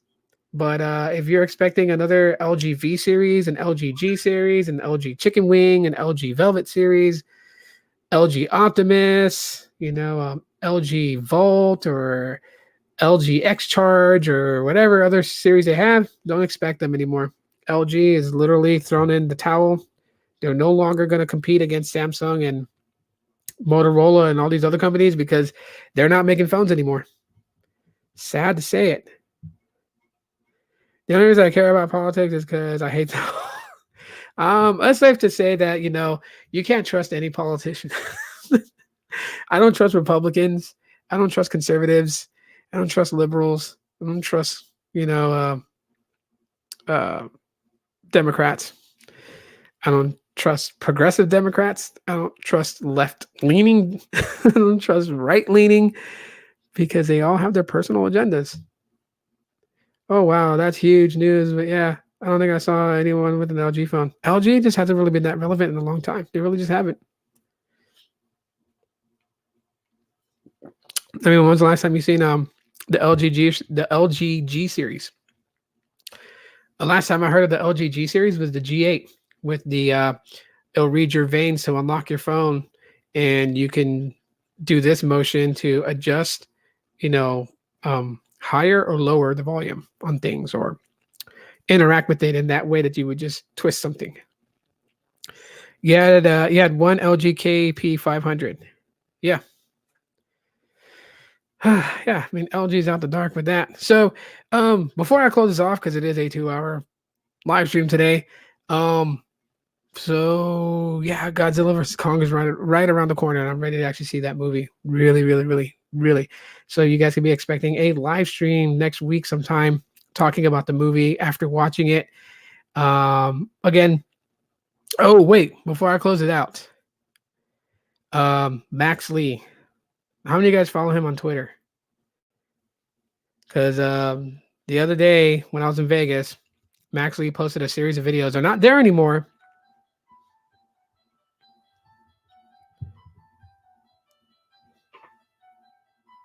Okay. Oh, someone's calling the other phone that's way over there. Hang on one sec. Gotta mute this.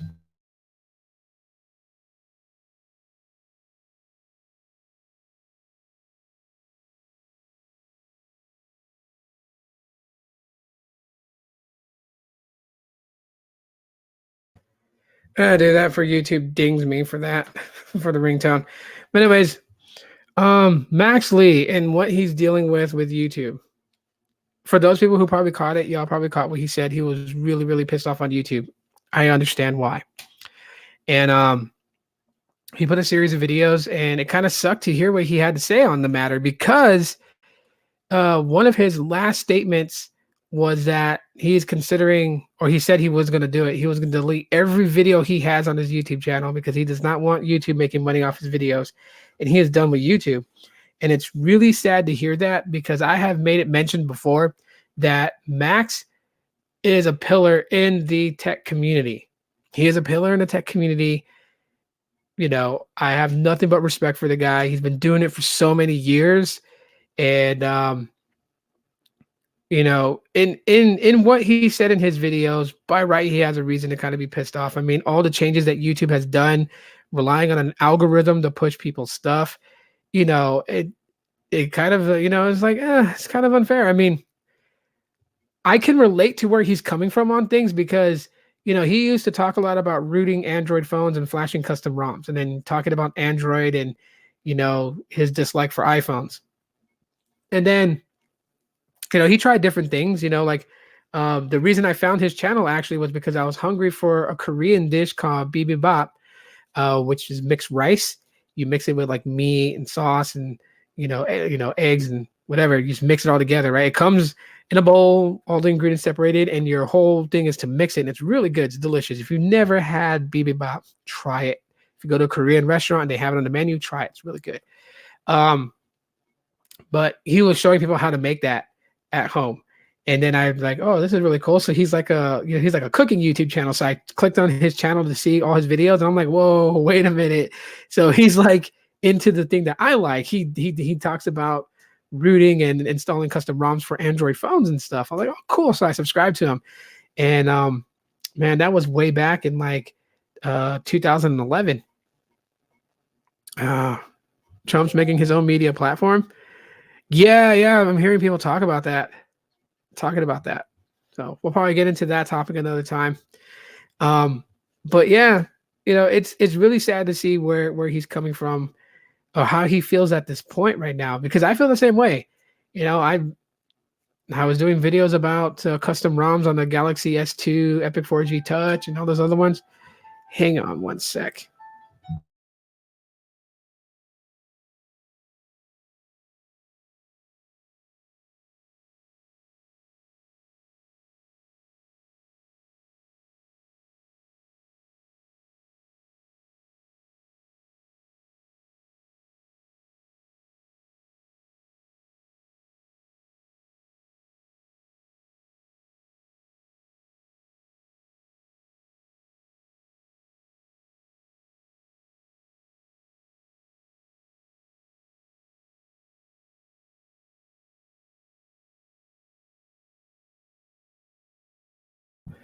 Okay, spam callers.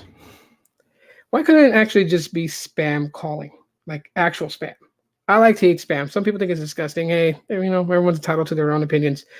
But I like to eat it. But anyways, let me silence that because they're going to keep calling at this time. I've noticed that too with Visible. A lot of spam calls are starting to come through now. But anyways, what is causing the interference? Just do that. But anyways, so like I said, I started a lot with tech videos, you know, but now the tech YouTube thing is so flooded. You got all these people who have been around for a while, like myself. Yeah, I've been on here since 2000.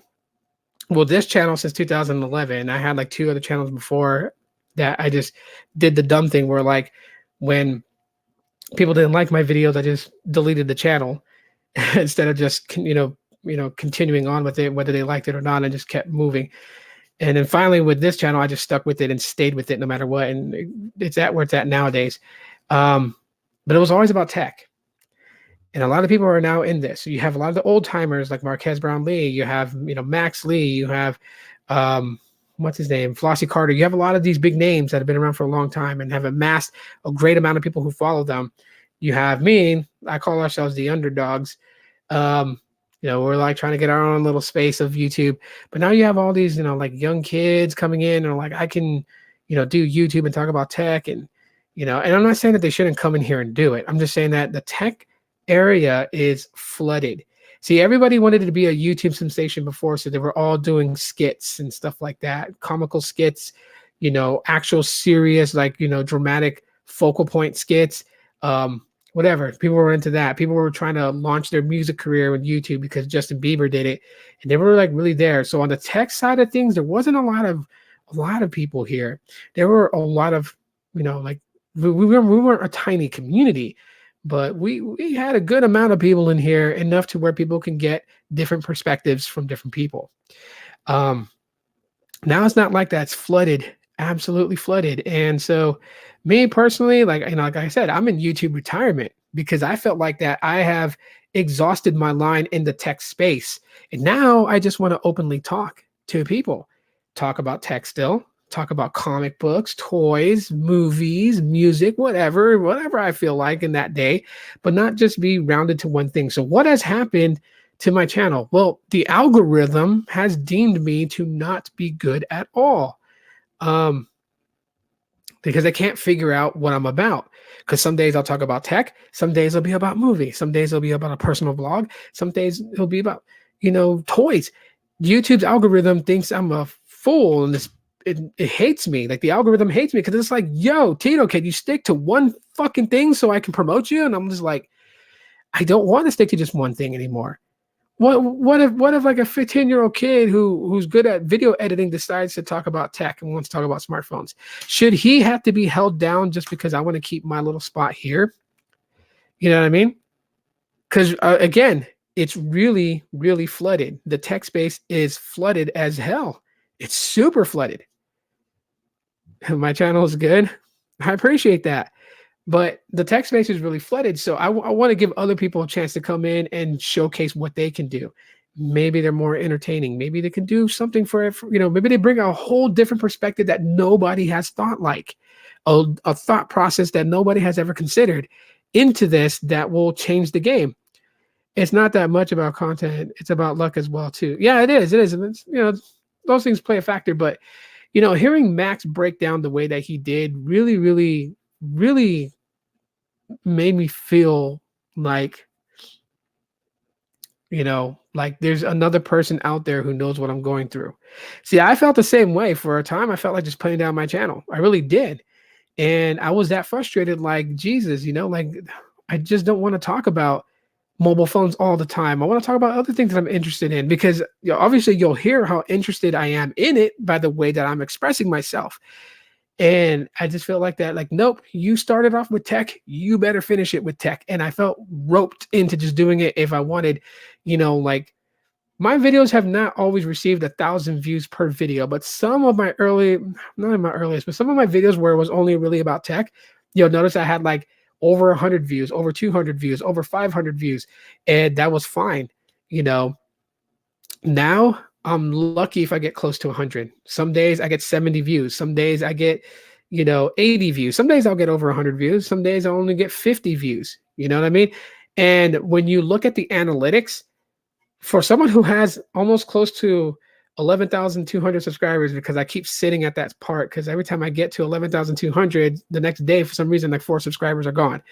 But 11,200 with only 50 views, that's really bad analytics, because you should be getting at least 8% of what your subscriber count is in views.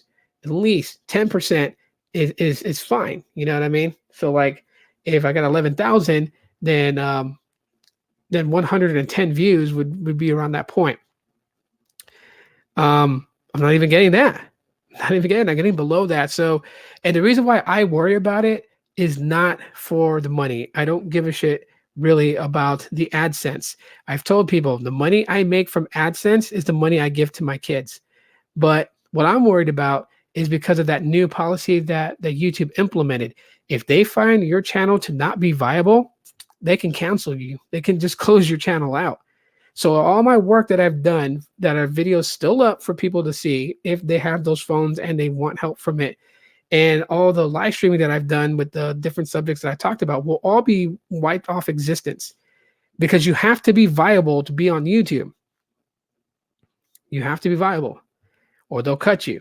That's the reason why those people who are not even YouTube partners will have ads placed in their video, even though they can't get the money from it. YouTube had already put down their policy like, we're going to run ad in your videos, but you can't make any of those. You can't make any of that money. You just can't. You have to become a partner. You have to get 1,000 subscribers. You have to have 4,000 hours of watch time to be considered as a partner. And then you can, start making money off AdSense. So, yeah, that's what I'm worried about, is for my channel to be wiped away because YouTube says I'm not viable. And because if YouTube was like, hey, you know what? You're not viable. So, yeah, we're going to end our partnership with you. I would be okay with that. I take that any day of the week because as long as I can still live stream and still do this, totally fine. You can stop paying me for the ads you run on my videos. I don't care. What I don't want is to lose my channel completely. I made that very clear. So, with that being said, I understand Max's position and where he's at. Really do. I understand that. I know he'll probably dislike me because he and I have different political point of views, and that's okay. Hopefully he doesn't. Hopefully, just because he and I may see differently on certain things, doesn't mean that he can't, I can't be like, an acquaintance or something like that. I can't say he and I can't be friends because I don't live where he lives and I don't ever interact with him on a personal level. It'd be really cool too because he is one of my heroes here on YouTube. But it's just sad to see it's the position that he's in. And I figured, like the community, if you guys don't want to lose his videos, help him out, reach out to him. You know what I mean? I know he's doing different things now with his e-skateboards and everything like that because he's an entrepreneur. He likes to self-employ himself. He likes to make money on his own. He doesn't want to work for the company. He wants to build a damn company and make it work for him. He's in that realm. And his electric skateboards, those are great ideas. And maybe our community is not attracted to those types of things, but there are people out there who like electronic skateboards, booster boards, or whatever they call them. And yeah, man, if we can just, I don't know. I just don't want to see him go. I respect him. If he's like, hey, you know what? I saw your live stream and you said this. I want to leave YouTube no matter what. So shut up, bro. Fine, I'll shut up. I'm not going to rally and force people to have to go and watch his stuff, but I just want the community to know that he's feeling a certain type of way and we're about to lose someone who's been here for years. The guy that's literally taught people to root and customize their Android phones so they're not bound to bullshit limitations that carriers and governments put on these things. He showed people how to free their phones from the clutches of all this crap so you can do what you really wanted to do with Android. You know what I mean? He's helped us out when we needed him, when we needed someone like him to show us how to root, a Galaxy S6 or S7. We needed someone to show us how to root, Pixel 1, Pixel 2. He was there when we needed that information. Why can't we be there for him when he's feeling stressed and stressed out because the algorithm sees his new videos and doesn't think it's viable, so it doesn't promote it. And so he's falling on the ranks on YouTube and he's not getting the view counts that he used to.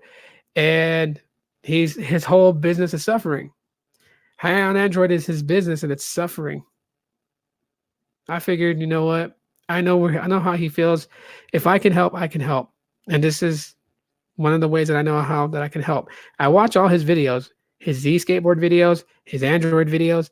I watch them all. But like I said, he's one of my favorite YouTubers and he's like one of my YouTube heroes. He's one of the people. If you guys remember the live stream where I talked about the people who influenced me to do YouTube, Max Lee, Christopher Chavez, to name a few, those are the guys that, I kind of look at and they inspired me to do this.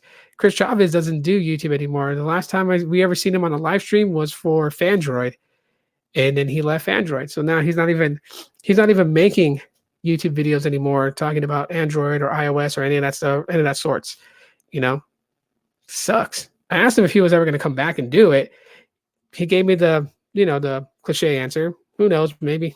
Which means that I'm not telling you yes because I don't want to do it right now, or I don't know. But the saddest thing is just to see how this go down.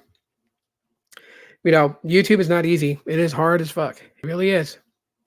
Everyone who thinks I'll just go on YouTube and become an internet sensation, you are sadly mistaken if you think you're coming on here and you're gonna make it. Because just like Coffee said, some of it is about luck. Sometimes someone puts up a video that just got lucky to become viral and launches them to a very successful career on YouTube. And other people that come in and grind hard, some of them make it on their own merit. Some of them link up with those established, which is called the plug, and then they make it that way. Some of them just fight for every inch and every step and every way.